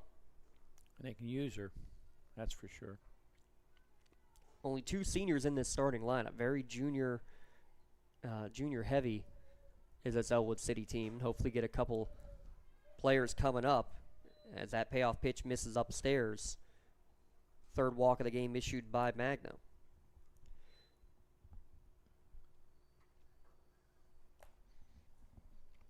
You have only 11 players on the team, or 10, I guess, right now. They need some players. Well, the big question, obviously, has got to be, I mean, we don't want to look too far ahead of next year, but you're always looking towards the future, is who will be the next player to be in the circle a year from now. They only have 1 freshman on the team this year, too, Elwood City. Gianna Genevieve hitting 5th today, the freshman first baseman. Junior catcher Kylie Levere at the plate. 2 down, a 1-0 count after the Felino walk. Now 2-0. All of a sudden, Magno leaving a lot upstairs. If you want to miss, I think you want to miss upstairs. Myself. If you got the rise ball working, it can be lethal. But if you're misfiring on it, as that one swung on and missed, you don't want your low pitches to turn into risers over the middle, is I guess where I'm trying to go with that. But I get your point too. If you're staying belt high and rising out of the zone, that works fine too. You have to worry about in the dirt and getting past the catcher either. No pass balls that way. Unless the riser's too high. Right. Because they were the catcher's glove. I think it was Pistorius last year in the WPIAL Championship. There was a rise ball. I've never seen a catcher get out of her squat so quickly. Felt like she had a 30-inch vertical to snag a high pitch. She is very impressive as a catcher. She, like I said earlier, she likes to share the arm off. Swing and a miss, evens the count at 2-2. Catchers get overlooked a lot of times, but we were talking about it in the baseball game earlier. Shenango's had a couple of catchers on the baseball diamond the last couple of years that have, started as being your defensive specialist. I don't care if you're getting hits. You can hit 100. I don't care. You're being in my lineup to make the plays defensively. And then by the time they're seniors, they're the star on the offensive side of the team. That one on the rise ball tried to hold her swing, but Levere could not. Third strikeout of the inning ends the threat, leaving a runner stranded on the bags and leaving us with a 5-1 score through 5 innings on the Lawrence County SportsNet, powered by LCAP. At Medore Bonner Law, we're more than just attorneys. We're your community partners. With a combined experience that spans decades, attorneys Jason Medore, Michael Bonner, and Greg Rossitelli are your trusted advisors for all legal matters. From personal injury to estate planning, business law to family disputes, we are here to guide you through every step of the legal process. Our full-service, community-based approach ensures that you're not just a client, but a valued member of our family. Give us a call or visit us online at MedoreBonnerLaw.com for more information. When you're looking for quality concrete services, contact the experienced professionals at Doran Concrete. Our company is family, locally owned and operated, and has been serving the community for over 30 years. Get residential or commercial concrete services for any size job. Our skilled professionals offer prompt and reliable services at an affordable price. We believe in the principles of honesty, integrity, and reliability. Get in touch with us for exceptional concrete services at prices that you can afford.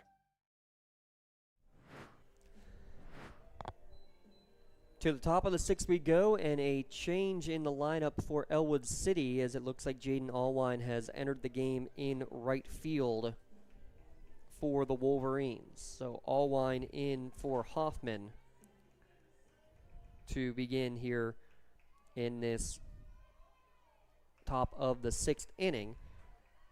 7, 8, 9 hitters due up for Mohawk, Fehrenbach, Granado, and Hare as the first pitch is popped straight back and into the bleachers here at Kasnevich Field.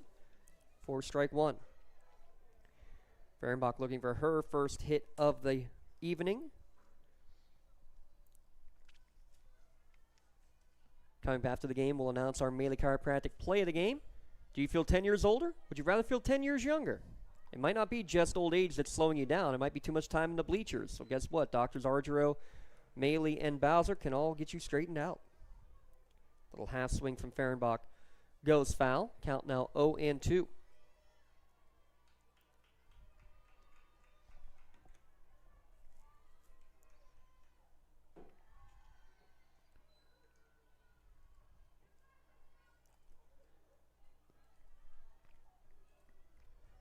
Off the plate, makes the count 1 ball, 2 strikes now to the freshman.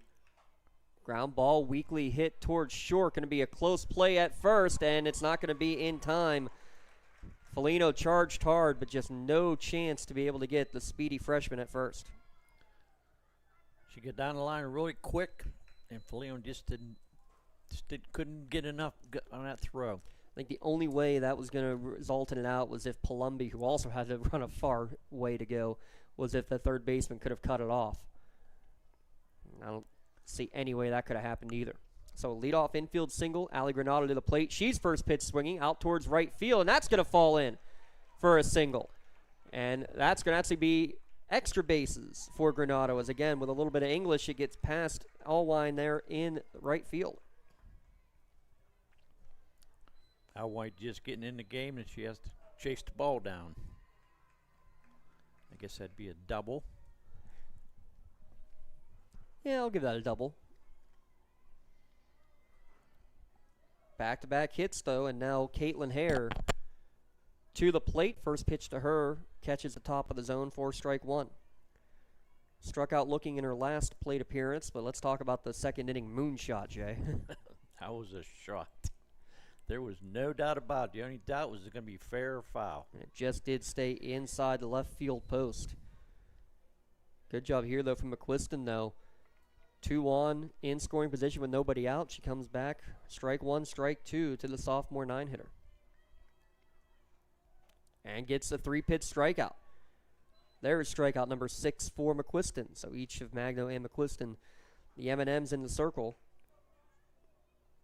each now with 6 punch-outs. But now that means you get to the top of the order, and you get to face Addie Moskal, a player who has, by our count, 113 career hits. First pitch back to us, foul back. You going to try to catch that, looked like. I was ready for it.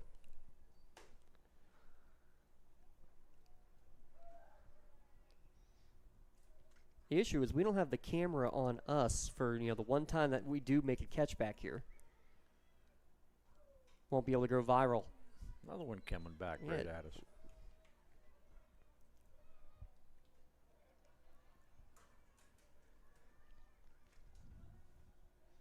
Limon, I got to say it, the good news tonight, there is no Henry sighting. Moskal gives this one a ride to left field. Kara Kreitzer goes back and makes the basket catch in left field for the out, but the run will come on the tag. So a sac fly for Addie Moskal, F7 for the second out of the inning, scoring Fehrenbach from third. I thought she might have left early too, but they said nope. So here's the thing. She may have left before the ball was caught. It doesn't matter. The rule is when it's caught, when it passes the natural position. So even if you have it right here, when the ball passes right here to the natural position, that's when you're allowed to run, even though she caught it in the basket. Okay. Yep, there's a rule that is not known. That prevents outfielders from doing exactly that, of faking it up high and catching it in the basket to say that the runner left early. It's whenever the natural catching position would have occurred. I'm surprised Kreitzer caught that ball. Yeah, I'm surprised she got back over there, too. It was a good recovery. That ball was slicing towards the line off the left-handed bat. 1-1 now the count to Pizzulo. Been on base all 3 times today without an official at bat. Couple of walks and reached in the first on a sacrifice E1.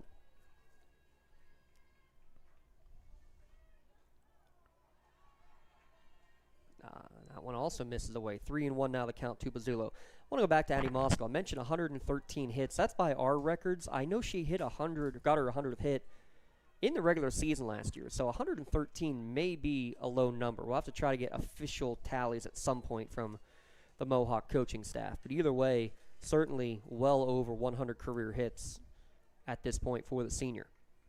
Still unsure what the future holds for Addie as well, of where she'll be going next year. A 4-year starter, been a 4-year leadoff hitter for Mohawk. Gianna Pizzulo swings and misses at that final pitch to end the inning. Strikeout number 7 for McQuiston, but another insurance run on the board makes it a 6-1 Mohawk lead. To the bottom of the 6th we go at LC SportsNet, powered by All Cap. Whether you're hosting a big party, It's family dinner night, or you just need a place to go and watch the big game. The Crane Room Grill is the place to be. Need that something special for your upcoming event? Ask about the CR Brewing Company's custom brewing options to give your big day that personalized touch that your guests will never forget. Visit craneroom.com to see their full menu, or call in your takeout order now at 724-656-1553. The Crane Room Grill and CR Brewing Company, a winning combination. Riverside Apartments is Newcastle's premier senior citizens complex. Looking to downsize but still maintain your independence? Riverside Apartments is within walking distance of many of the stores and restaurants of downtown Newcastle. Large efficiency and one-bedroom apartments currently available for rent. Riverside features on-site laundry facilities, a main floor lounge area, full security door system, storage areas, and reserved on-site parking. And best of all utilities are included, including cable and air conditioning.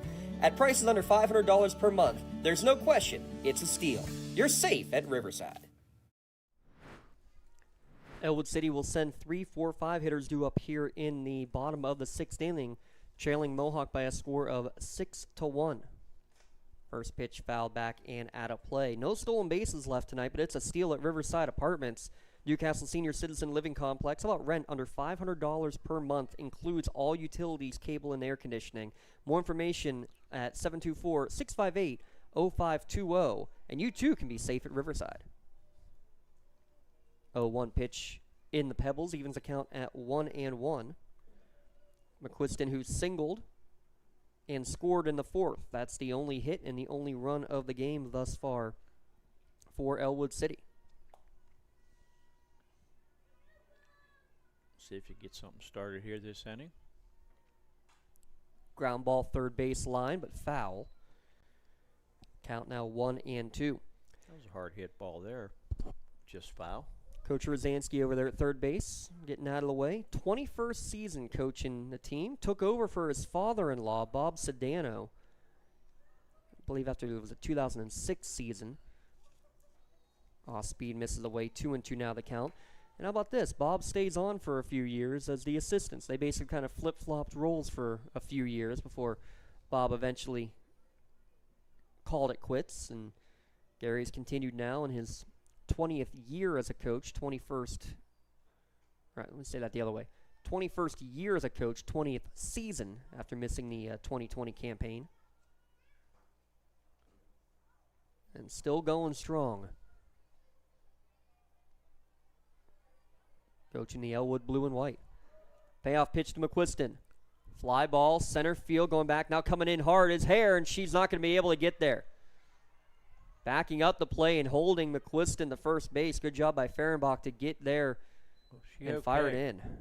She's grabbing her shoulder. She went full extension.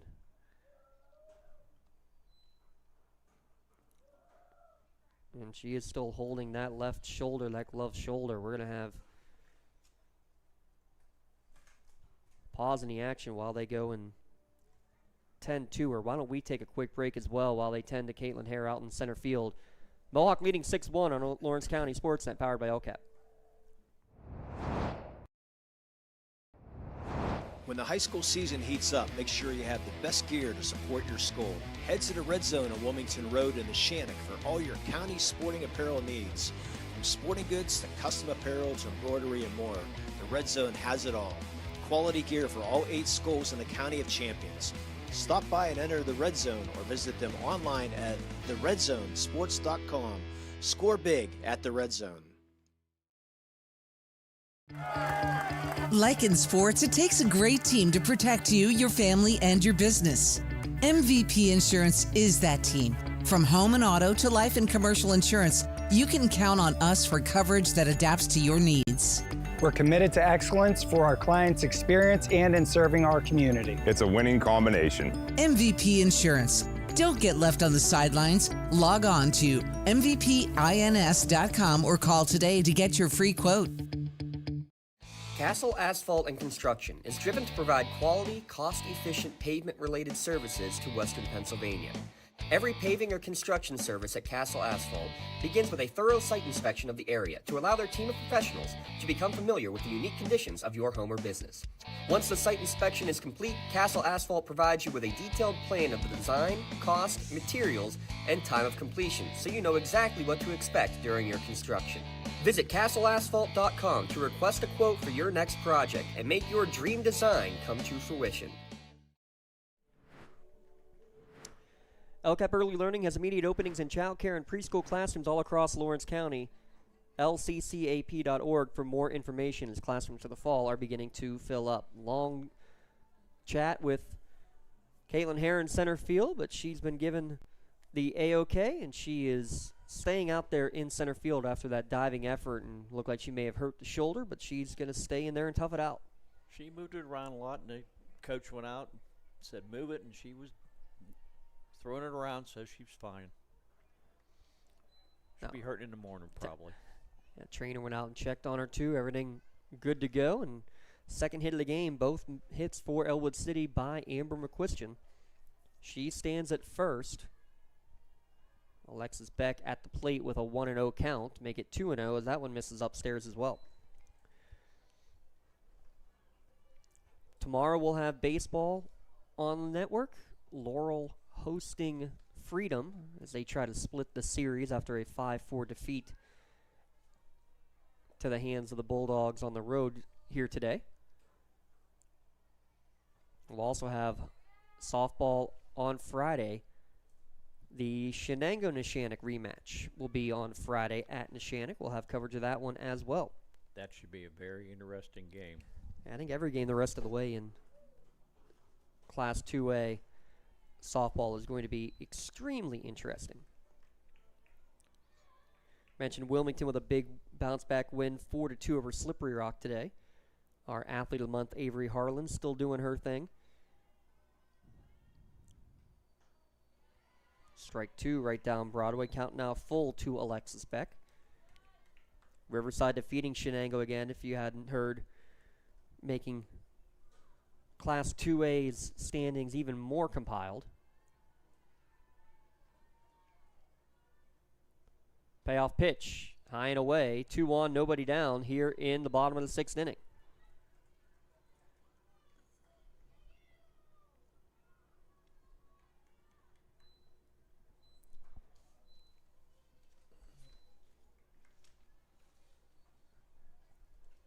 Avonworth currently leading Hopewell by a score of 8-0 in a night game there. So if all stands as it is, Avonworth would move to 4-1.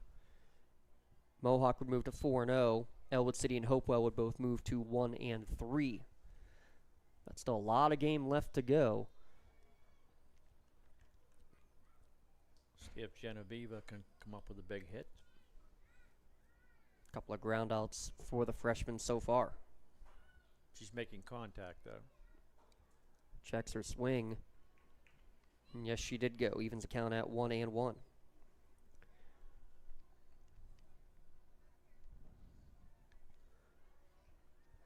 Next week, it really amps up in terms of the schedule. Got a lot of big baseball series featuring county teams, as that one's roped but foul into the screen above the first base dugout. Laurel Neshannock has already happened, but we'll have Shenango against Neshannock, Shenango against Laurel. And the final week of the year, we'll find the series that has playoff implications. Again, that section has been nip and tuck the entire way the last 2 years. 1-2 pitch misses away. Just again to give an example, Laurel needed to win their last series game and get help to make it into the playoffs. Then they make it to the semifinals. Mohawk baseball in 3A, same thing. Barely makes it into the playoffs. End up upsetting Elwood City to make it to the semifinals. Called strike three on the outside corner, and Genevieve knew it. She was frozen and fooled on that 2-2 pitch. That's not what you want to do with runners on first and second. At least make contact. Yeah, you just mentioned it. She's been doing a good job of getting the ball in play, and that one there, you just tell immediately she knew it too. 7th strikeout from Mango. First wild pitch of the game, though, from Reagan, and will advance the runners 60 feet. Now 2 runners in scoring position. And one little poke here now. Kaylee Palumbi already with an RBI and a sac fly. That was her first run batted in, or excuse me, her third run batted in on the season. If she can find the outfield turf on this one,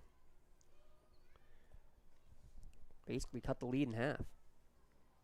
All the outfielders look pretty deep in the outfield. I think I come in a couple steps. Yeah, nothing has gone really deep. A lot have fallen in front of the outfielders tonight. Swing and a miss makes the count 1-2. And you wonder if that's with, the sun going down. Sometimes that can cause a little bit of a headache in terms of judging the ball properly. But now, sun fully down, completely black sky. If those fly balls will be a little bit easier to track now. But Hare took another step back after that pitch. Swing and a miss. Back-to-back strikeouts when she needed them most. That's now 8 punch-outs for Magno on the day.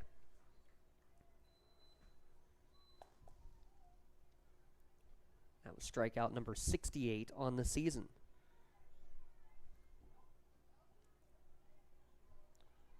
So at this point, she's averaging just shy of 10 strikeouts per appearance. First pitch away for ball 1. 13 strikeouts against Elwood City, 14 last game against Avonworth. Holy Cross commit, again, was a pitch-to-contact thrower mainly during her freshman and sophomore years. The strikeout numbers were nothing over the top crazy. What happened there? I think they just intentionally walked Prestapine to load the bases.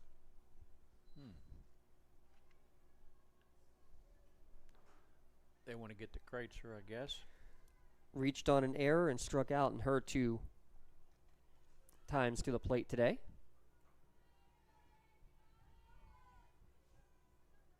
She come up with a big hit. And she rips one down the right field line, but just foul. Scara almost made him pay. Yowza.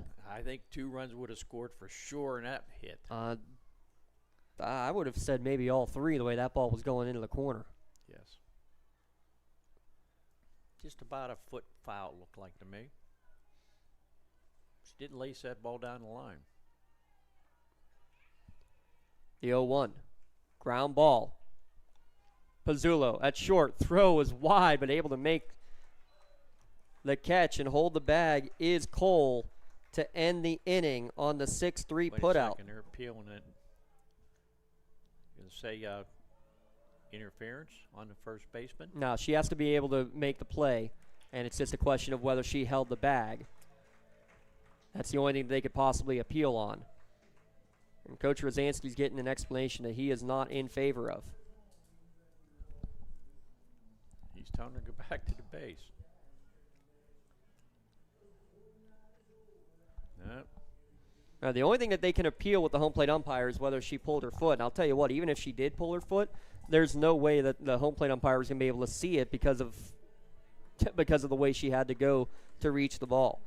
So no runs, 1 hit, couple of walks, but the bases left loaded. 6-1 heading into the 7th inning on the Lawrence County SportsNet, powered by LCAP.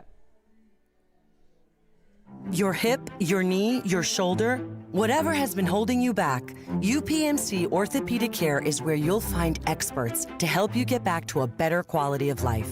UPMC is pioneering minimally invasive surgeries, and we offer personalized treatment plans and same-day surgery to get you home and moving sooner. It's your ankle, your elbow, your hand, and it's your move. Visit upmc.com/ortho to learn how UPMC can help. Being the home team, to playing at home. And at LGKG, we have been your home team for over 90 years. We're more than just a law firm. We're your friends, your neighbors, an advocate when life takes an unexpected turn. We're not just lawyers that practice law. We live in this community, just like you. When you need us most, we're at our best.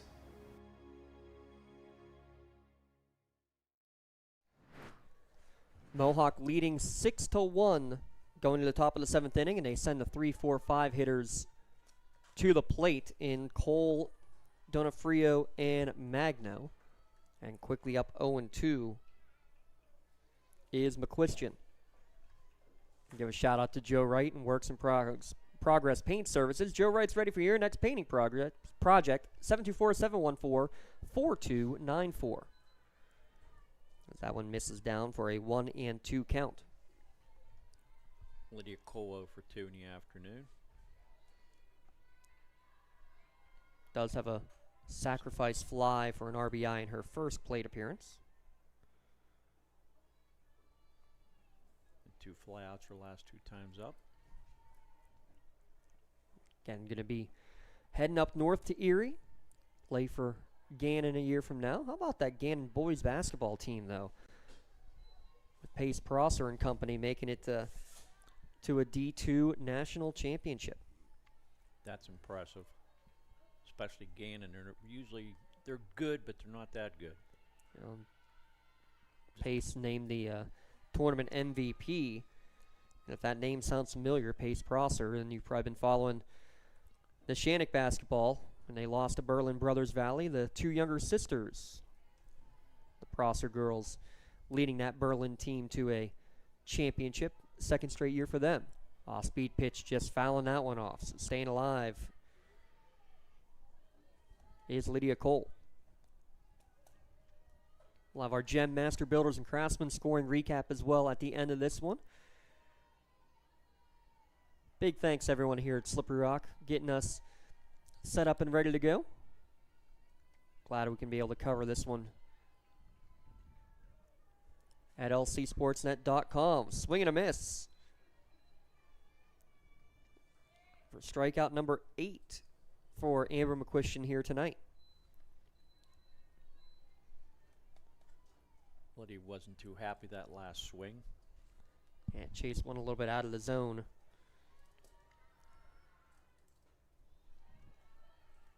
First pitch high and away to Donofrio. RBI double in her last time to the plate. 7 hits in the game. Here's the stat of the night for you, Jay. 7 hits in the game for Mohawk. Maybe 8. We'll hold that for a second as this one's hit deep to center field and trying to go over the shoulder catch. Beck could not hold on to it.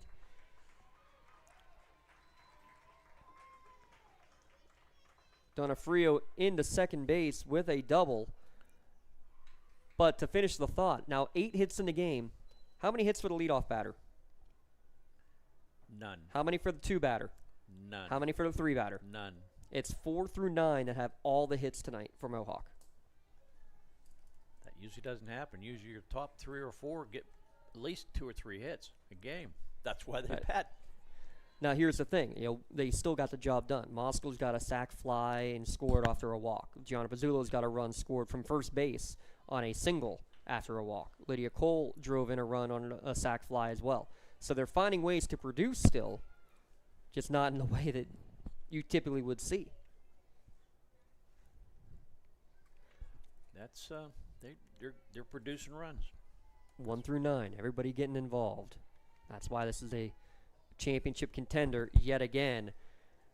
Amber McQuiston making things difficult though. She gets another strikeout, freezes Magno on the outside corner. Second time Magno's gone down on strikes.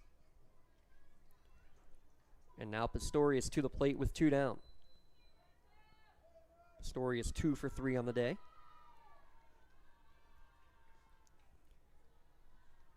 First pitch upstairs for ball 1.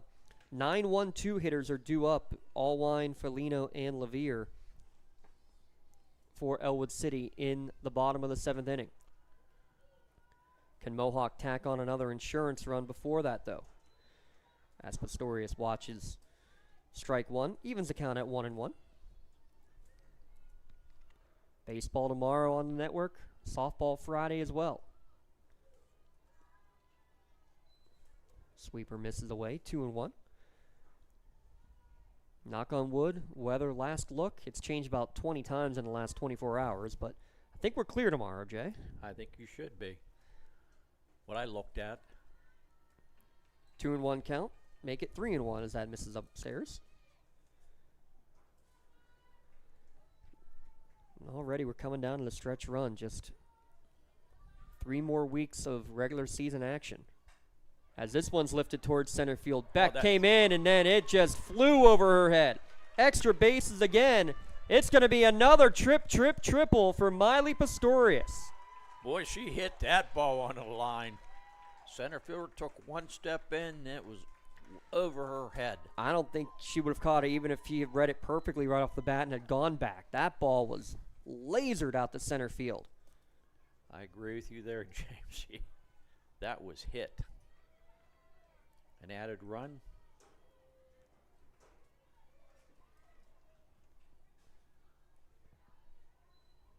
First pitch is fouled back by Fehrenbach. Other than hair, that was probably the hardest hit ball of the evening. I'm with you. Another Parada Jones McCree RBI to boot.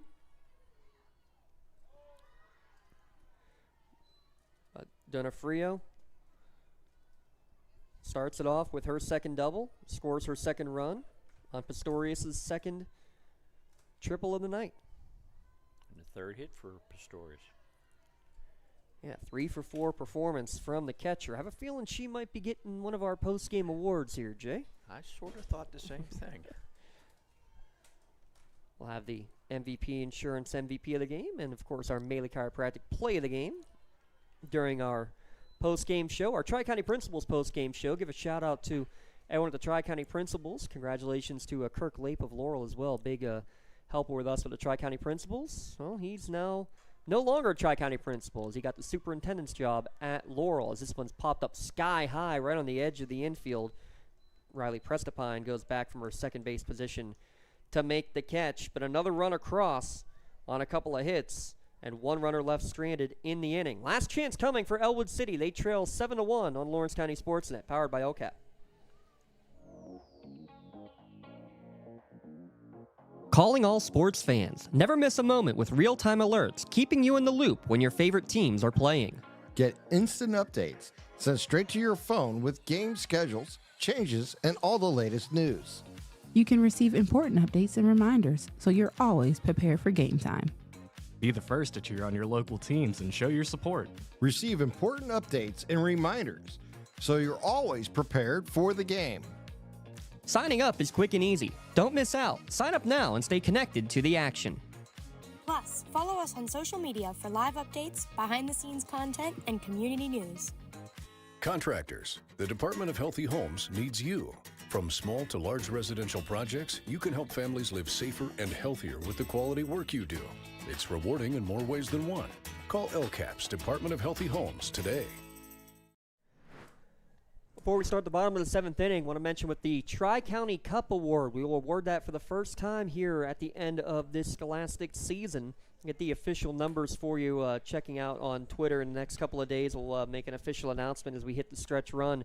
Neshannock and Laurel nip and tuck as the top 2 teams in that Tri-County Cup race. Basically every game featuring 2 Tri-County teams goes towards the standings, and the top team at the end of the year will be awarded the Tri-County Cup. First at-bat of the evening for Jaden Allwine.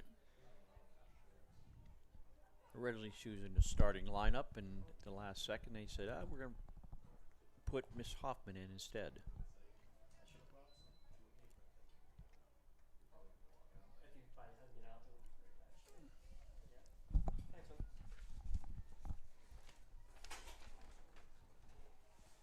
I meant to grab a couple of shirts. I don't think we have shirts tonight, dear Jay. Oh. That was not smart of me. I meant to grab some at the first game of the night.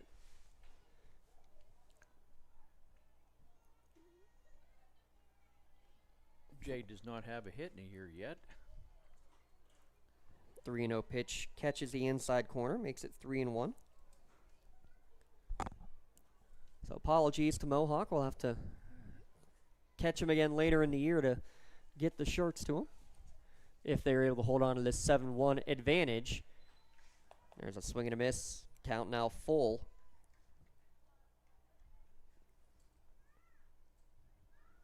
Get you another out-of-town score update on the baseball side of things. Similar score. Mohawk leads 7-1 in that one. Drop third strike. Pistorius will flip it down to first to complete the strikeout.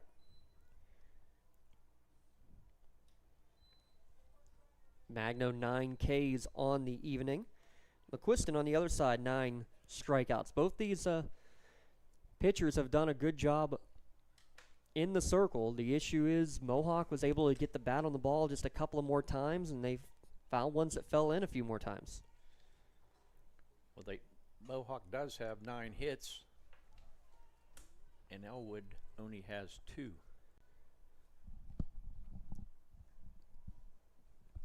Yeah, Mohawk with a couple of those little flares, shallow center, shallow right field that just found their way in, and then taking extra bases in the process a couple of times.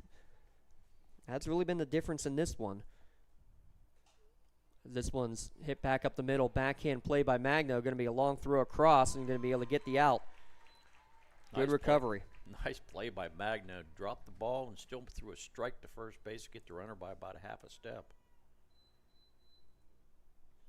I want to mention this earlier. There have been a couple of plays at first base where basically you had runner and fielder almost colliding because the ball kind of took her up the first base line. There's no secondary base, the runner's base, double base at first base here at Slippery Rock, which is a little bit surprising. I thought that was mandated in college, maybe not at the D2 level. Nonetheless, it will be mandated in both softball and baseball at the high school level beginning next year. So you will be seeing that safety bag a lot more frequently, and I think that's a good idea because it's one of the dumbest rules in all of diamond sports. You have to hit, if you're a runner, you have to hit a base that's in fair territory, but you're required to run in foul territory the entire time. It's just a contradiction that cannot possibly happen. That double bag should alleviate those issues.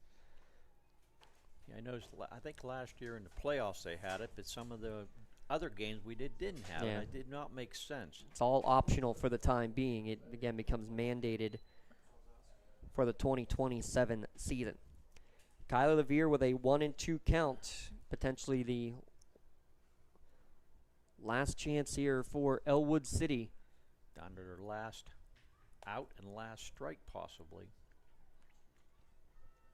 0 for 3 on the day is Levere. And 2 strikeouts.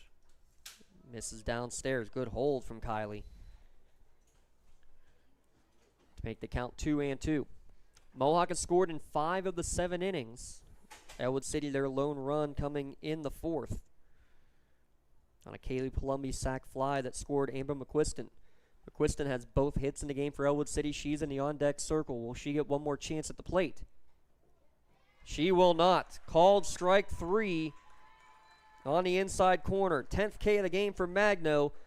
2-hitter in the books for Reagan, and a 7-1 Mohawk victory to complete the season sweep of Elwood City. The Warriors move to 4-0 in section play, 6-1 overall. Elwood City now at 1-3 in the section, 2-4 on the year overall. Back with the Tri-County Principals post-game show and a couple awards to hand out as well here on the Lawrence County SportsNet, powered by LCAP.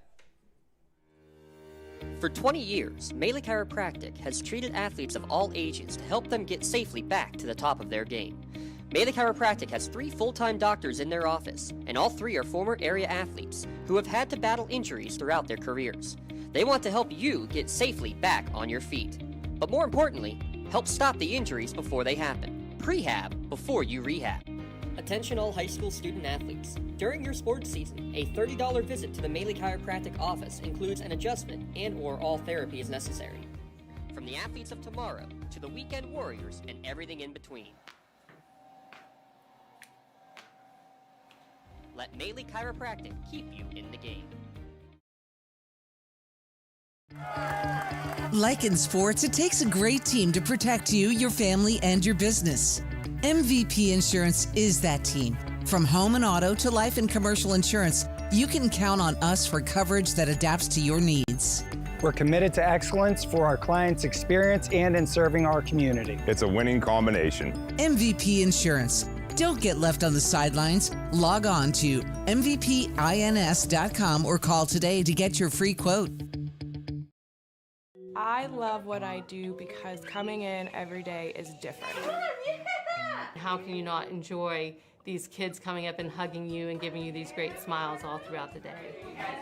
Seeing the progress that our kids make every single day is one of the reasons I love coming to school. What should we do? We have fun. LCAP Early Learning Centers is hiring. Help empower young minds in Lawrence County and become a superhero today. Apply at lcap.org. Contractors, the Department of Healthy Homes needs you. From small to large residential projects, you can help families live safer and healthier with the quality work you do. It's rewarding in more ways than one. Call LCAP's Department of Healthy Homes today. Tri-County Principals postgame show here on the Lawrence County SportsNet, powered by LCAP. Your final score, Mohawk 7, Elwood City 1. Let's get right into our GEM Master Builders and Craftsmen scoring recap. Family-owned and operated general contractors for 4 generations, GEMbuilders.com. Mohawk comes out right away. A leadoff walk from Addie Moskal, advances on a sacrifice from Pizzulo. They both advance on the error. Lydia Cole with a sacrifice fly to make it 1-0 at the end of the first inning. They tack on another couple of runs in the second. A leadoff triple from Miley Pistorius. She'd scored an RBI groundup from Ali Granado. Then Caitlin Hare with a moonshot home run down the left field line, just sneaking it inside the foul pole, made it 3-0 Mohawk after 2 innings. They would stay quiet until the bottom of the 4th inning. That's when Elwood City would get on the board. An infield single, the first hit of the game.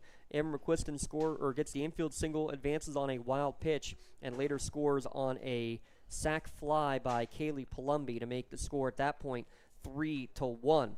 2 more runs across for Mohawk in the 5th inning. Gianna Pizzulo, a 1-out walk, scores on an RBI double from Abby Donofrio, who then scored on the next at-bat from an RBI double from Reagan Magno. So 2 runs in the inning advanced the score to 5-1, and then solo runs in the 6th and the 7th inning.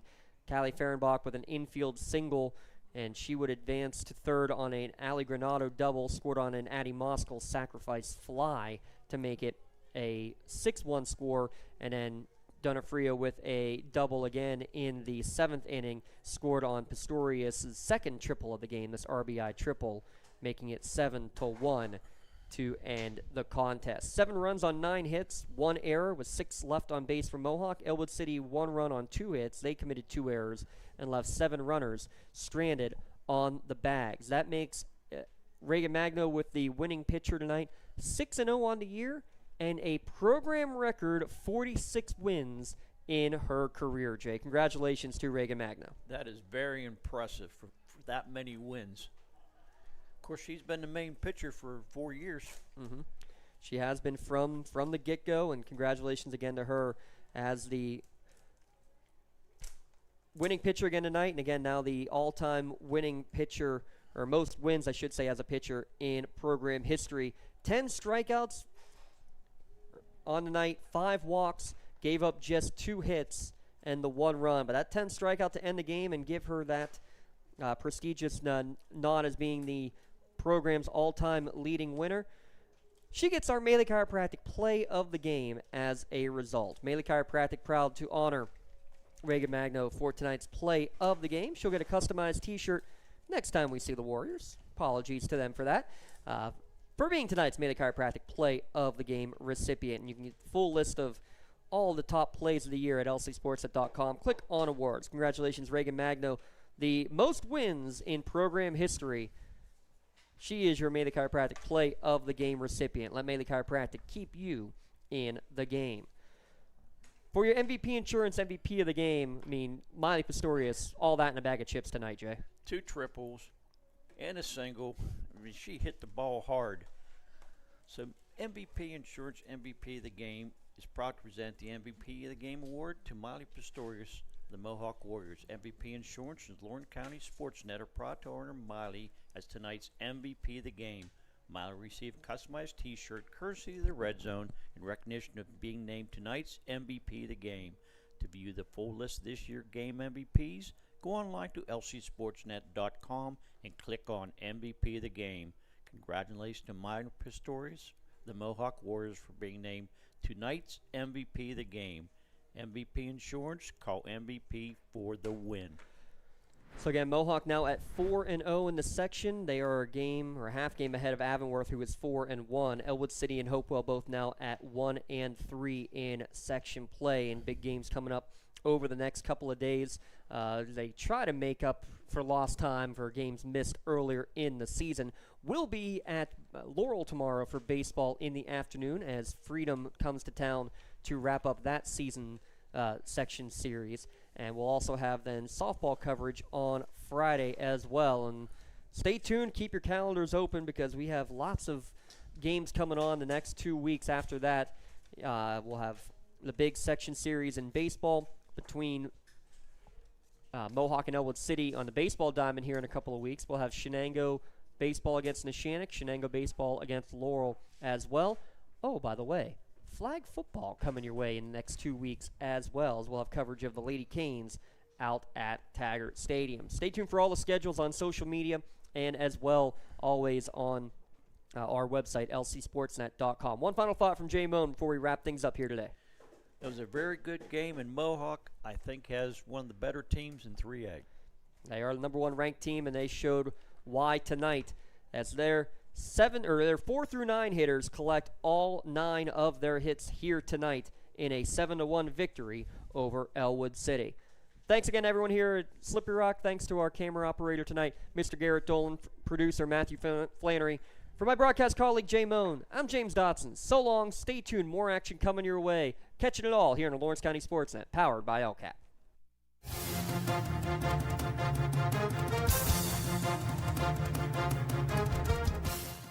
Your voice for Lawrence County sports.